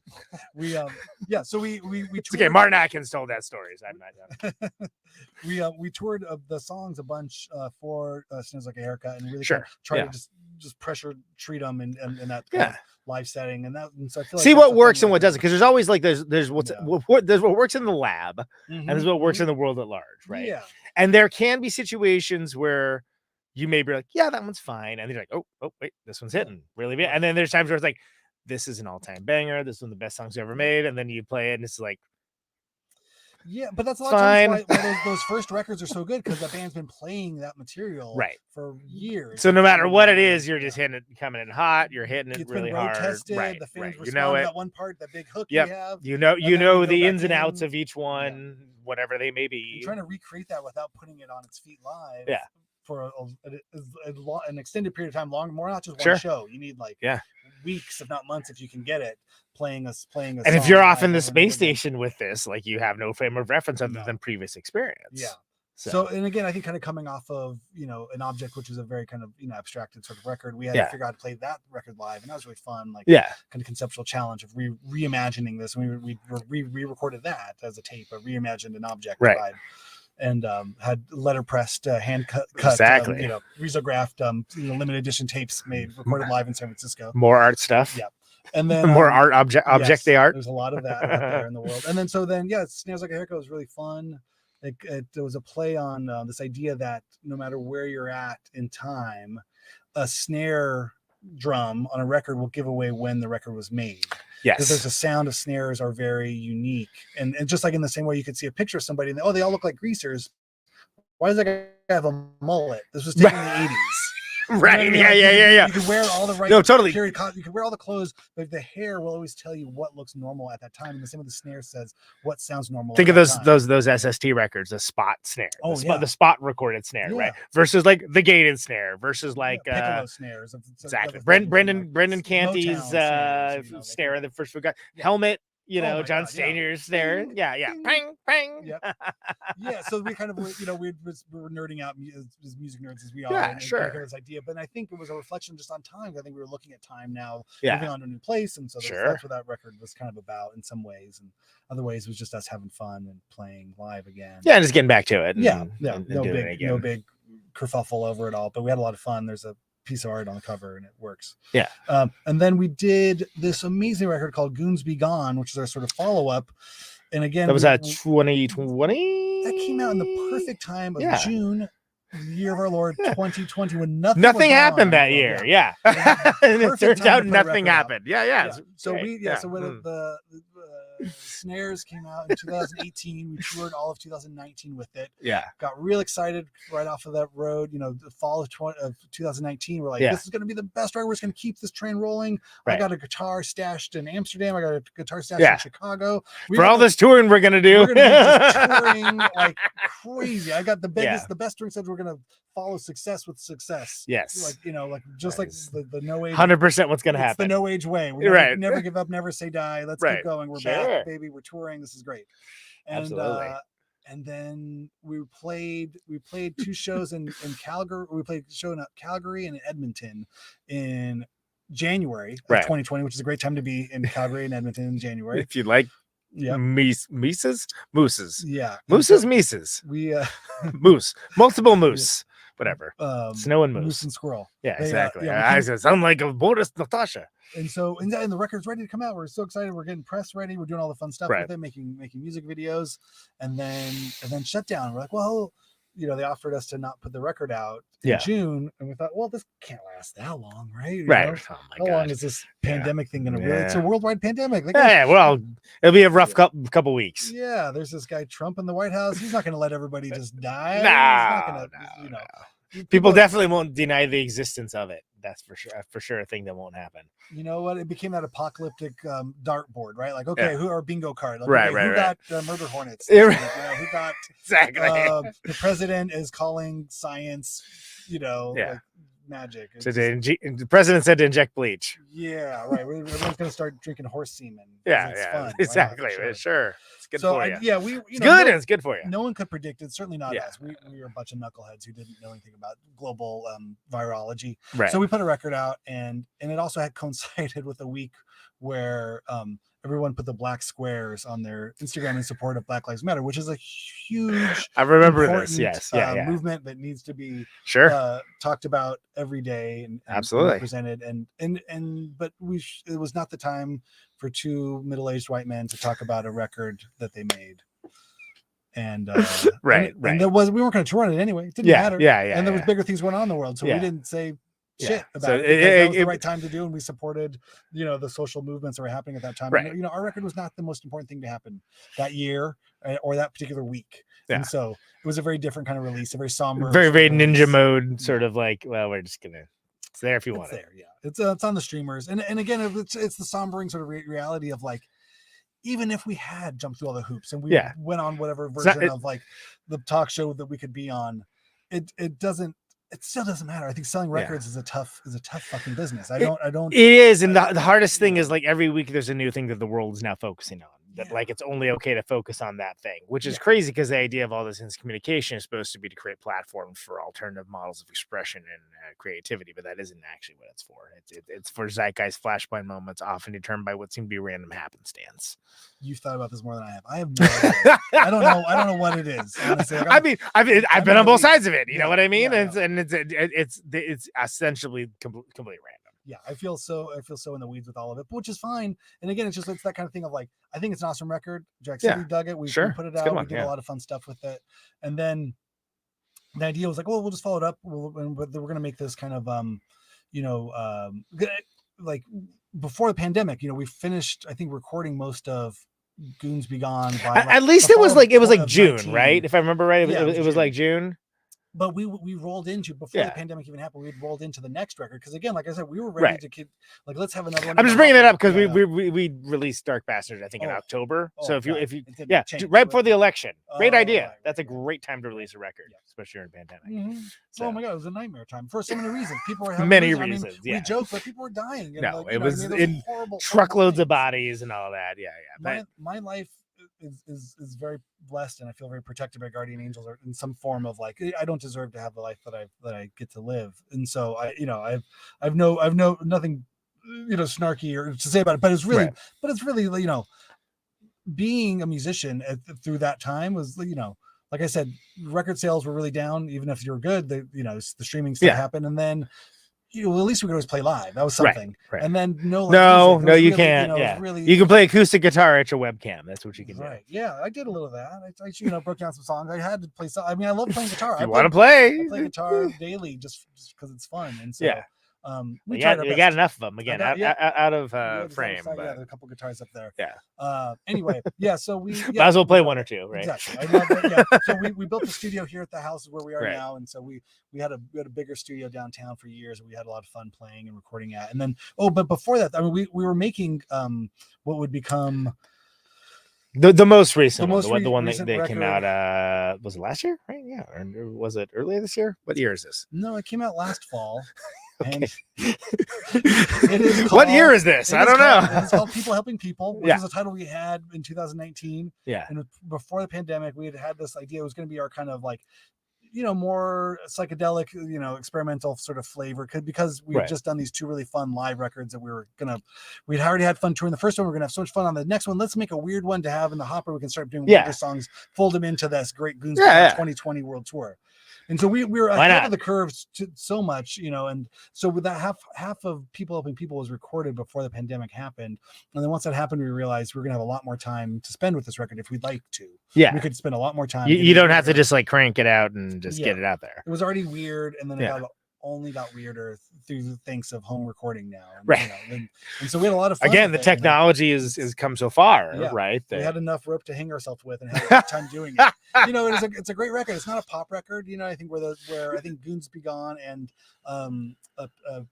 Snares Like a Haircut or have a songwriting craft. There's a John Fogerty piece in there. There's things that reflect on kind of songwriting, and I think the People Helping People record was really us just like seeing how far we could extend energy out into the field and where does it break? How long can you extend a piece until it begins to eat itself and fall apart and disintegrate? Entropy happens. And so we were having a lot of fun kind of doing that. And again, like I said, we were hoping that we would have a safe haven to just kind of get weird and stuff. And so far so good. Yeah. But who would know that the People Helping People record that was going to be a great live record would have no touring, and the weird as hell record that's like straining your depths of perception is going to be the one where we have to go back on tour after a pandemic. Right. Hey, I want to hear this weird krautrock thing. Oh, okay. So we put up some songs from Not that it's past crowd records. rock, you know No, what I mean. but it's not far off. And we and so we had really a fun time. I can't believe that's the fall, official but- term for that, by the way. Krautrock. Krautrock. It sounds like Is offensive. that racist? Is Yeah, that but it's racist? not. Yeah, It's the yeah. official term. Whatever. Yeah. It's on all music. It's official. Sure, yeah. But then so we did that tour in the we did U.S. tour in the fall, and then Yeah. Europe in spring. And I got to be honest, it was really hard. People weren't coming out, and it was Yeah. that kind of thing of I feel like it's a dirty secret. We're not supposed to say like that touring was hard, but it's not. Some people don't even feel comfortable going out at all. Not Yeah. even just to the No Wait show, but literally any Yeah. show or out. I understand, And that's very real. And you're right. It is weird that nobody talks about it. yeah.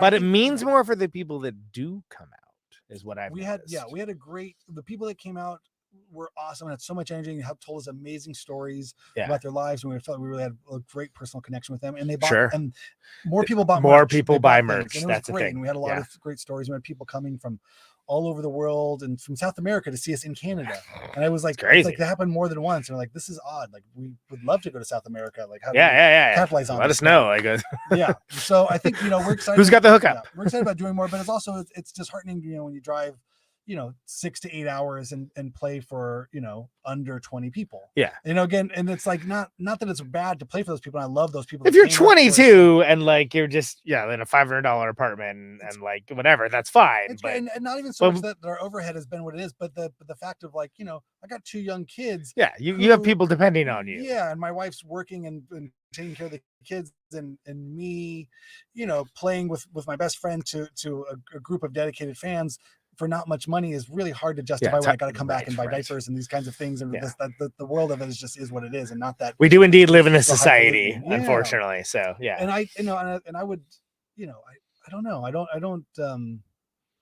know. It almost felt it was more like a vacation. It was really fun, just kind of going out and playing. Right. But it wasn't really like a commercial endeavor in that sort of form of it. And so I enjoyed Yeah. it, but with the idea of like, cool, well, let's like, when you guys got to come back to this place, or when are you going to come to my place? And it's like, I don't think it works. I don't Yeah. think it works right now, If you we know can what I mean? justify It's doing like- it, sure. Yeah. But I mean, I would love to. Again, it's be a vacation. Is there a great place? I'll bring the family. Yeah, We'll yeah, come up to exactly, your yeah. house and go swimming. We'll have a great time. We'll play a show. yeah. We'll- And they're like, no, not like that. we'll barbecue veggie burgers. Like, Yeah. I have boundary issues. What's up? What do you want to do? Yeah, Let's go. exactly. Yeah. No, I just think it'll be interesting. I know we're in a weird spot of just, we're also old. We're old, Yeah. chubby white men that maybe people don't want to pay money to go see. Young audiences don't need to hear people that look like their older brother or that weird uncle, like Caterwall, no pun intended, but again, what I mean? Times change and popularity changes. I am not above saying that I can be old and in the way. This has happened to better musicians than myself. Sure. I would not be the first person to say this. There's So ways to do it ups gracefully and downs, and carve out your niche for sure. But there definitely is like certain degree of self-awareness of, well, especially if you're not drinking too, and Sure, everyone's just exactly, like, partying and you're just like, I see what's going All on. right. Man. This is fun. yeah. Yep, I remember. Yeah. Yep. Yeah, I could tell you some tales, but But I mean, I would love for hundreds of people to come out every night and see us. And Sure, maybe there'll yeah. be a time where that will happen. And that's not why we're going to go out and play or not play. It's just a feeling. No, of like, but it's also- it helps, and everybody gets it. I mean, it's people come to shows for a 500 cap venue and there's only 20 Right. people there. They feel it too. Yeah, they're stoked. yeah, They're stoked that you're there and they're going to have a good time. But everyone's got that look on their face, like yeah. everyone was washing their hair tonight, this I was guess. weird. I don't Yeah, it's a know. weird one. But I also think, people of our age really got comfortable on the couch and they got Yeah. bigger No, responsibilities. I to mean, do, and think about spending $20 to go see a band that you liked 10 years ago, who you haven't heard a record that they've done the last 10 years. You Right. don't give a shit about the last 10 years worth of records. Yeah, It's I hard to acknowledge that those justify. records exist, but probably haven't heard them. Right? Yeah. Yeah, exactly. And then you that's also fine. have, I don't like, mind if they come out and want to hear the old records, that's great. But Hulu and Disney Plus Sure, and and you're Max just fucking and tired, like yeah. all these. you got brain fog from COVID you had 2 years ago, and you still can't breathe or smell Right, shit. exactly. You know what I mean? Yeah. Life has changed, and Well, we're doing our best to keep up with it, but at the same time, we can only bend in so many directions. We're not Right. gonna be TikTok superstars. I don't have a workout routine that I can. Because it's not one size tape on fits the thing, all, too. But and there is also there's a certain thing that I've noticed that is just there's a certain cachet of just staying with it, and just you almost get grandfathered in. Mm-hmm. Poor choice of terms, maybe. Sure. At a certain point where you get like, oh yeah, they're doing it. Yeah, it's like cool. We're gonna see you at the show. Oh no, definitely not. It's good you're there, but I'm not going. Yeah. I'm glad you're doing it though. Oh, okay, cool. I'm glad.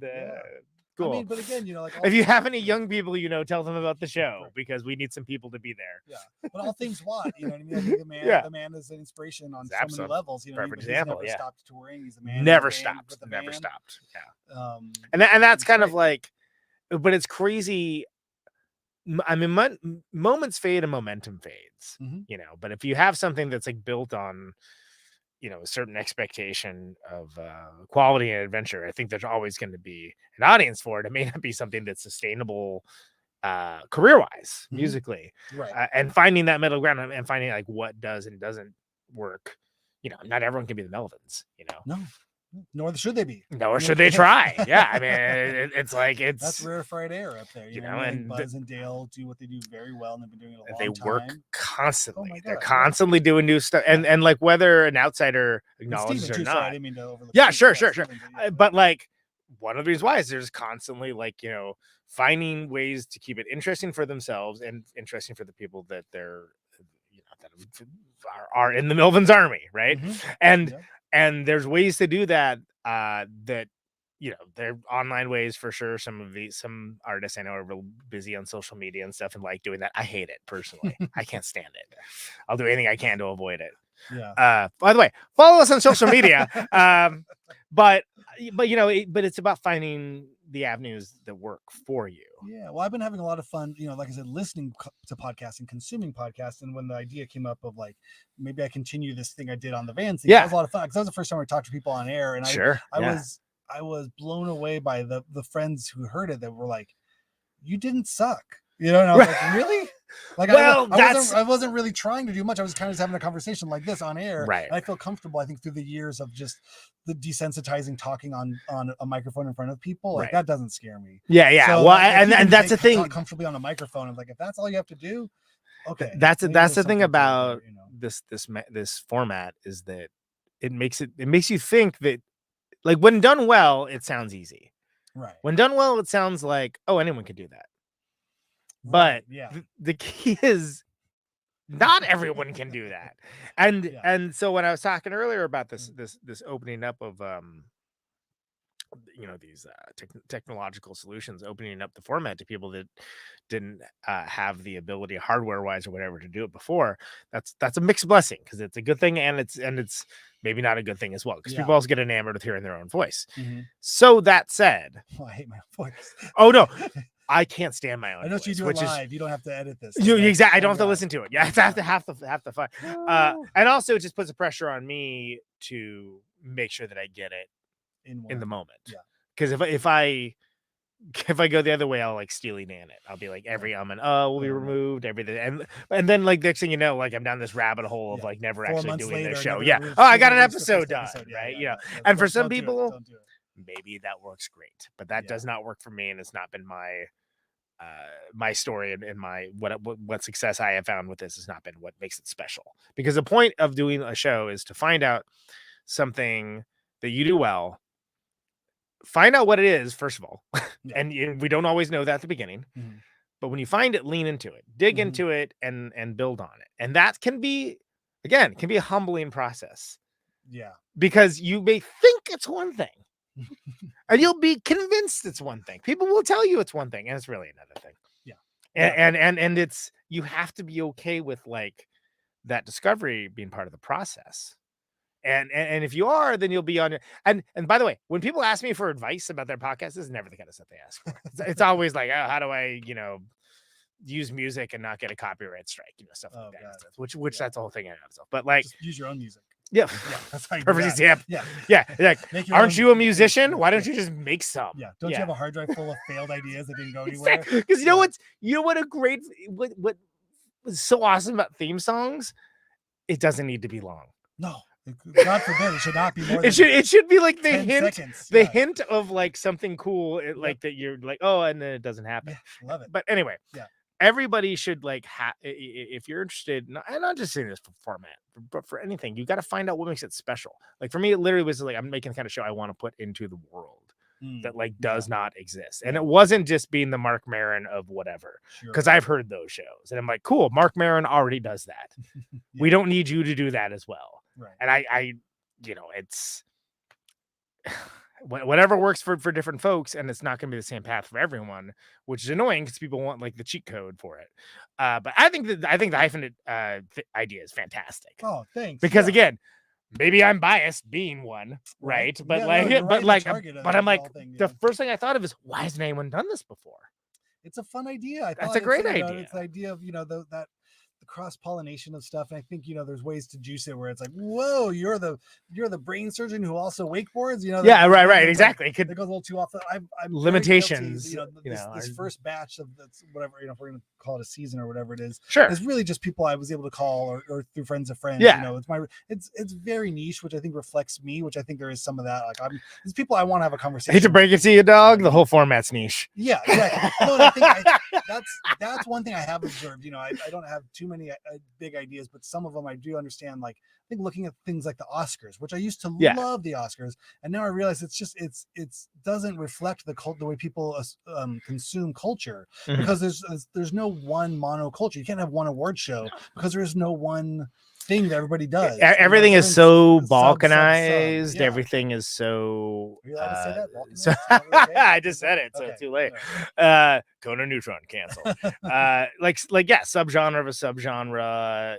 Leader card in like the box underneath like the main bin of the record company. That's kind of where I was living at anyway. I loved all that kind of stuff. The hyper nicheification of stuff doesn't bother me so much because I've always lived in that, the margin of the book of like the asterisks. Yeah. Well, that's my favorite record. Yeah. I don't like that one, not just to be a contrarian or a hipster or anything, but in an honest, real sort of way of like, there's special, being a nerd or being a somebody who thinks deeply about dumb stuff. Right. You know what I mean? You find the detritus and you kind of can obsess on those sort of things. And so I love this idea of like,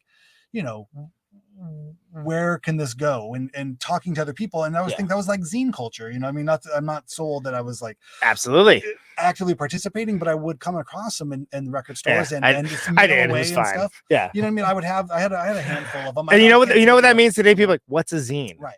And I'm like, there's the same with blog culture. I mean, I really love, like weird films, and we were on the movie extravaganza podcast.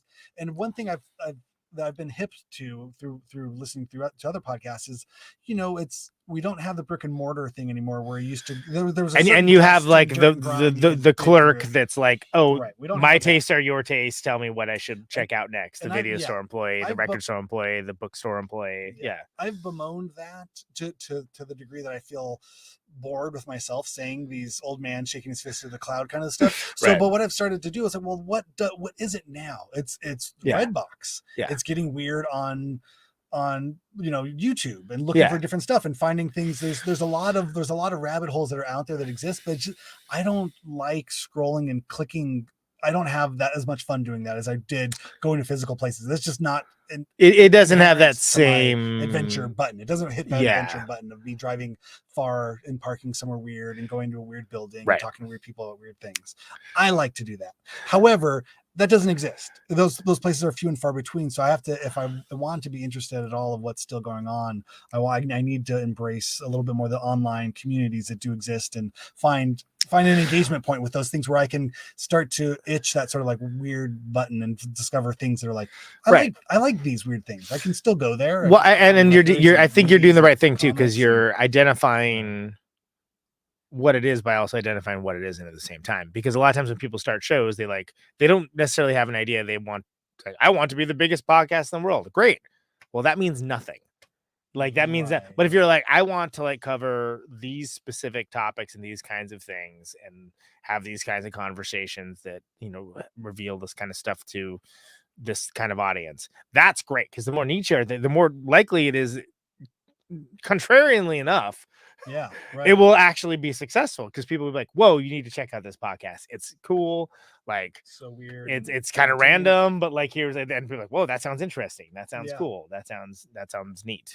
One thing I've discovered with doing the handful of ones that I've done so far is that there is a I don't know if that's the right term, but like a motor. There's a motivation button that makes people do more than one thing. Yeah. You know, and it has that sort of, there's a curiosity to it, but there's also these searching for something. They're like not fitting in. And so even if you don't identify with the topic or the activity, sure, right, you can identify with those emotions and those drives. I talked with this incredible guitar player and chef Chidi Kumar, Hmm. and she talked about being, you know, growing up an Indian immigrant in Queens in the 90s, right, and just sort of code switching and the stuff that she had to do in order to fit in at school, sure, and to fit in at home, and she wasn't allowed to go to concerts, right, but her older sister could, or her younger brother could, and so she could somehow like get away with going to see the Ramones play, right, you know, in like Lincoln Square or something, you know what I mean, or these kinds of things, and it was like, and so I think that really kind of drilled the idea home about sort of everybody comes at their career and their life and their passions in their own unique ways, but there's something about, you know, why do we do any of this stuff, right? You know what I mean? I just read this great thing from Kurt Vonnegut, like the goal is to fart around. We're just little meat bags farting around in the world, and yet, you know, we do find meaning and we find gratification and satisfaction through our passions if we're able to pursue them or touch those moments of just importance within ourselves, even if it's a personal importance. And you can't always identify, it doesn't even need to be expressed, but I think there is something about this kind of hyphenate idea that like, I'm doing this, but the Columbo, one more thing. I was like, oh, here it comes. I kind of want to be a ceramicist. I kind of want to throw pots. Yeah. What? Okay. Yeah. Go, and you can do it. You know, like you said, the technology's there, exactly. The lifestyle's there, we're working from home, we're online. And so I don't know. I think that's what's kind of interesting me is just this, like the human itch, you know, to do more, to explore things. And I think I can relate to that, you know, with guitars and, you know, and the stuff of where I've come from in life, you know, music and art and guitars and skateboards and all the dumb stuff that I just devoted way too much of my time to. So maybe I'm just trying to put a context around all of my dumb obsessions and show that it's not all meaningless before I shuffle off this little coil. Well, normally the end. Normally I end the show by asking why do you do what you do, but you pretty much already answered that, like in your soliloquy there. Yes. But 'tis nobler to suffer the right. But I'll like I said, I'll put a link in the show notes for Hyphenate. I think it's a good show. There's first episodes out as of the time of this recording right now. Hyphenate. How often are they going to be coming out? It'll be weekly. So we're going to do the interviews every other week. And then we have this thing called Hyphenate Halftime that I do with my very good friend, Aaron Farley, who's a filmmaker, photographer that I've worked on I have 2 dumb solo records of ambient music that you could listen to and really enjoy if you're into that. You know the nice thing about this format? There's no time limit. Right. So like, drop them in. But the solo records are out there if you look for Randy Randall. They're on the streamers and whatnot. But they're ambient, you know, kind of abstract soundtracks to daily life. Yeah. But I worked on those projects with my good friend Aaron Farley, who, you know, we've known for each other for years, but he's a brilliant visual person. I don't have the visual thing. I try my best, but I've learned long ago it's better just to work with people who find someone that's good at it and just let them do their thing. I can say I'm good at guitar. I've done it long enough to be good at it. Sure. But I'm not good at the visual stuff. So I worked with Aaron and partnered with him on all these cool solo records I did, just because it was fun. I wanted to make soundtracks for films that didn't exist, and Aaron could help me make those films a reality. So we did these. It definitely has big soundtrack energy for sure. Exactly. Yeah. So anyway, when I was doing the podcast thing, I was like, Aaron, do you want to listen to these and just kind of give me notes, because he's become somebody I trust creatively to work with, and we work well together. And as we were listening to him, we started talking about him. I was like, this is a show. This is the after show. This is the wrap up show. Talking about these stuff. You know, this is the additional downloadable content that you can do. If you're really interested in this and don't are not annoyed by the sound of my voice, I want to hear more of it. There'll be more of it out there that where Aaron and I will just kind of, you know, talk shit about what's going on in our daily lives. Cause I think a lot of the interview shows are really just about the interviews. I don't talk too much about myself. And that actually is, that's good. And I think the difference between someone who was good and somebody who's great at the format, if it is largely interview format, is knowing if you do interject yourself into it, there's a way to do it elegantly, and then you get out. Yeah. And then you then get back to where you're at, and there's times it's natural, right? But then there's times it's like I feel like no, don't do it. Masturbation stories. Nobody wants to hear that. Yeah, nobody's looking for that. Please. So this will be something where I can be a little bit more just contemplative and talking about stuff Sure. a little bit. So we'll see how it all goes. So Like I that's say, going to first be episode, how many of those are that's so we'll going to do them be every other. So, So okay, we're kind of cool. shifting. Got it. I'm taking that from Damien from Fucked Up that he does with his Turn Out to Punk. Sure. He has his wrap up shows he does. Right. I think that's kind of a fun format, and we'll see how it all works. I Yeah. don't know. I'm brand new to this. If I just wait till I'm on other people's shows, so Yeah, exactly. Yeah. then I talk plenty. This is exactly. That's kind of this side of things. Yeah, that's great. But yeah, please, if at all interested or curious, Right. and then please send me notes and interests and letters. I'm new at this enough where I'm willing to hear everybody's point of view. Yeah, eventually you're going to be like, I don't want to hear. I don't want to it. hear. Don't- I'm not there yet. I'm willing to be open and learn and get kicked in the teeth for a few hundred times. If everybody telling me I suck, and then I'll figure out how to not listen to people. But Yeah. but for now, You I'm selectively curious. listen to I'm curious, people, for I'm curious sure. how it hits people's ears because fuck, I don't know what I'm doing. I'm learning as I go. Well, I mean, like I said, you're doing great so far. So. Thanks. I appreciate it. Yeah. So RandyRandall.com for All most things stuff. Randy Randall.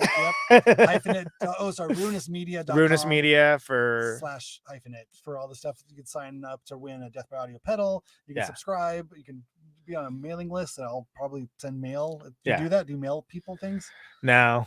Are you supposed to? I Is that don't a thing? know. Okay, I'm learning how to do it. Yeah, Joe Plummer. You know what? That's not true. I mail out stickers. Oh, that's fun. I like stickers. Yeah. Yeah. I think that's all I've done so far. yeah, I though. need stickers that and was stuff. like almost a bridge too far for me, frankly. So I mail That's a because lot. I do most of the fulfillment for the records and Yeah, the I do CDs the and same, T-shirts yeah, anyway. from I'm this like, room. ugh, I don't Some feel like more going to the stuff. post office any more than I have to. You don't mail it from home? I did this thing. I where do. mail Well, from you home. drop it off. you Oh, know, right. but So like, yeah. I love that. it's- I have a little scale I'm sitting so right here. so That's precious not. I'm about not a it, weed but- dealer. That's for mail. That's why I have a digital. I was like, well, it's scale. for mail or for Yeah. coffee? Yeah. One or Exactly. the Oh, other. right. There we go. That's a was- more modern version of the weed dealer. It's the Right, coffee dealer. exactly. Yeah. You know, we did have a signature coffee blend for a Ooh, while, That's and that exciting. and like it sold really well. And then I was like, you know what? If I saw a band and they had a coffee blend for sale, I'm like, hell yeah, I'll buy Yeah. that. Is So, it working? Is it It going? was great. We should do it again. We Yeah, like why it, not? it was Yeah. it was pretty Is it hard? awesome. Where do you get it from? Partner Partner with the roasters? friend that was a roaster that That's nice. sometimes played in the band and offered to do it. I'm like, great, yeah, let's go. Incredible. And but at a different time we had coffee mugs, but we Oh, I did like not. that. I think the move would be like you sell them both, Both. right? Yeah. There we go. So then you got breakables as well as perishables in the van with you. Yeah. You I gotta- have the best ideas. I really do. That's great. So anyway, Joe Plummer from the drummer from Modest Mouse, and all Who things great Ruinous from- Media, this is Ruinous tour Media. stories. The Protonic stoner cousin show Tomorrow We Die is on there, Awesome. as I termed them. I think when I was on their show, I can't remember. Yeah, it's a cool network, and I yeah. I couldn't figure it out. You got in the game way earlier, and you figured it all out. I couldn't do the heavy lifting. I went on Podbean, gave him $100, and never looked at it again. All I can tell you is my path for this show and honestly everything in my life. Yeah. I don't think it's repeatable. I can't You say it's wouldn't recommend it? recommendable, Yeah, but like it has worked for me, Yeah, and but that's my story, and everyone should figure out their story. And so, I mean, I think the idea of kind of like ganging up with other like-minded shows is a wonderful idea. I'm hoping. So, Yeah. yeah. It seems fun. I like it's nice just to be able to give it to somebody else when it's done. 'Cause Yeah. We don't do it live, so yet. But we'll Yeah. see. Who knows? It can all Yeah. change. It's a wide world out there. Indeed. Ooh, baby, it's a wide world. Randy, it's been great, man. Yes, thank you. Thanks for Appreciate coming on the show. Thanks Thank for you. doing it. And Thanks for like I having me. said, I'll Appreciate throw the podcast subscription in the show notes so everyone can check it out. Very And cool. Yeah. RandyRandall.com for all things I gotta update this. Randy now. Randall. This Yeah, is- better go update your website. Don't look at it right now. I mean, look at it in 5 minutes. So give me some time. Hold on. I gotta put a few things on there. All right, thanks, brother. All right, thank Appreciate you. it. Bye.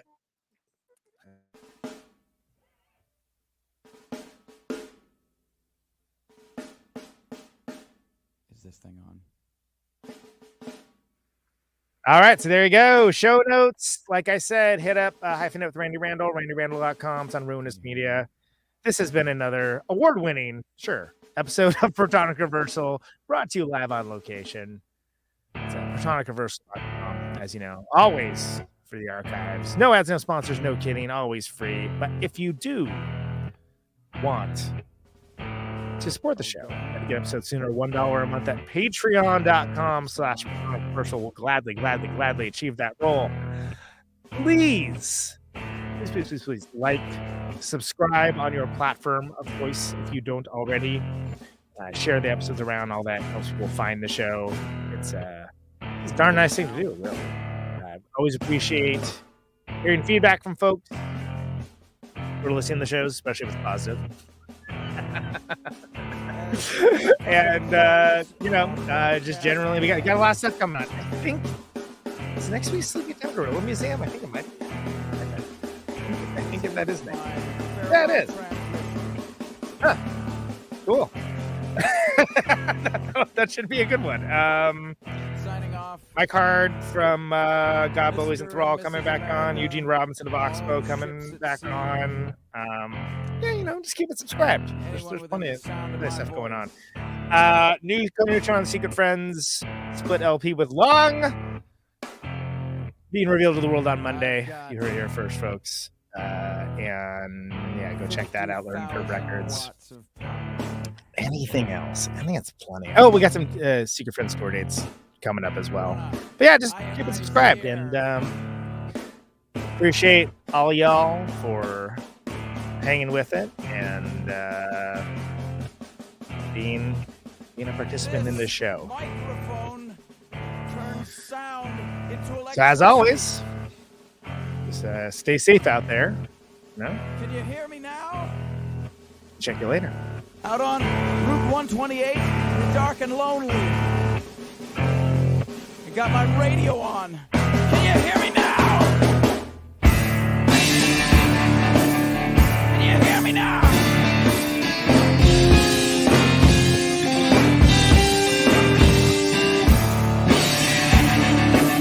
Can you hear me now?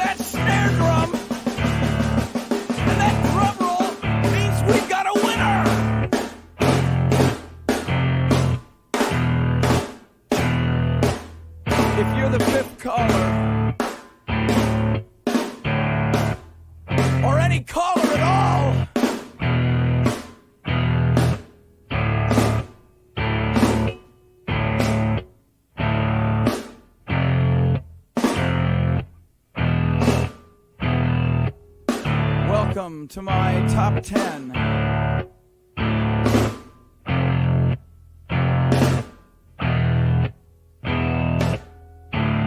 I'd like to thank our sponsor. But we haven't got a sponsor. Not if you were the last man on earth. She was prepared to prove it. This one goes out to a special girl.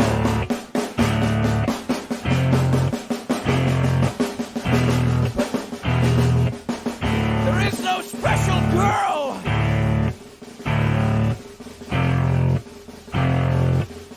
It's the end of radio. The last announcer plays the last record. The last what? Leaves the transmitter.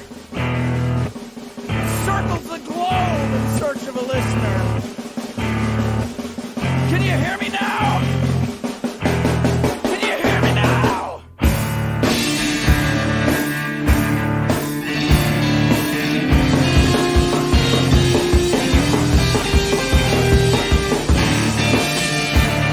Can you hear me now?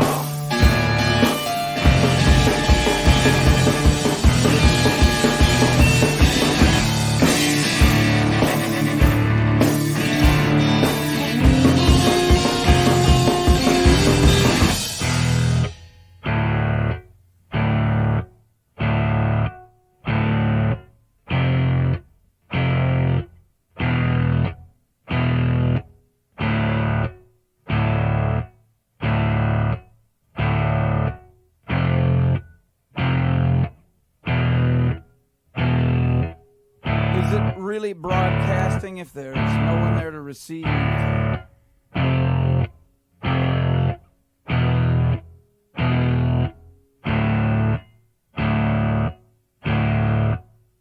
the end of radio. As we come to the close of our broadcast day,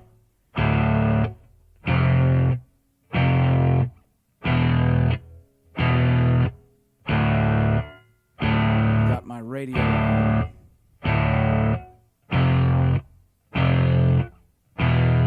Can you hear me now?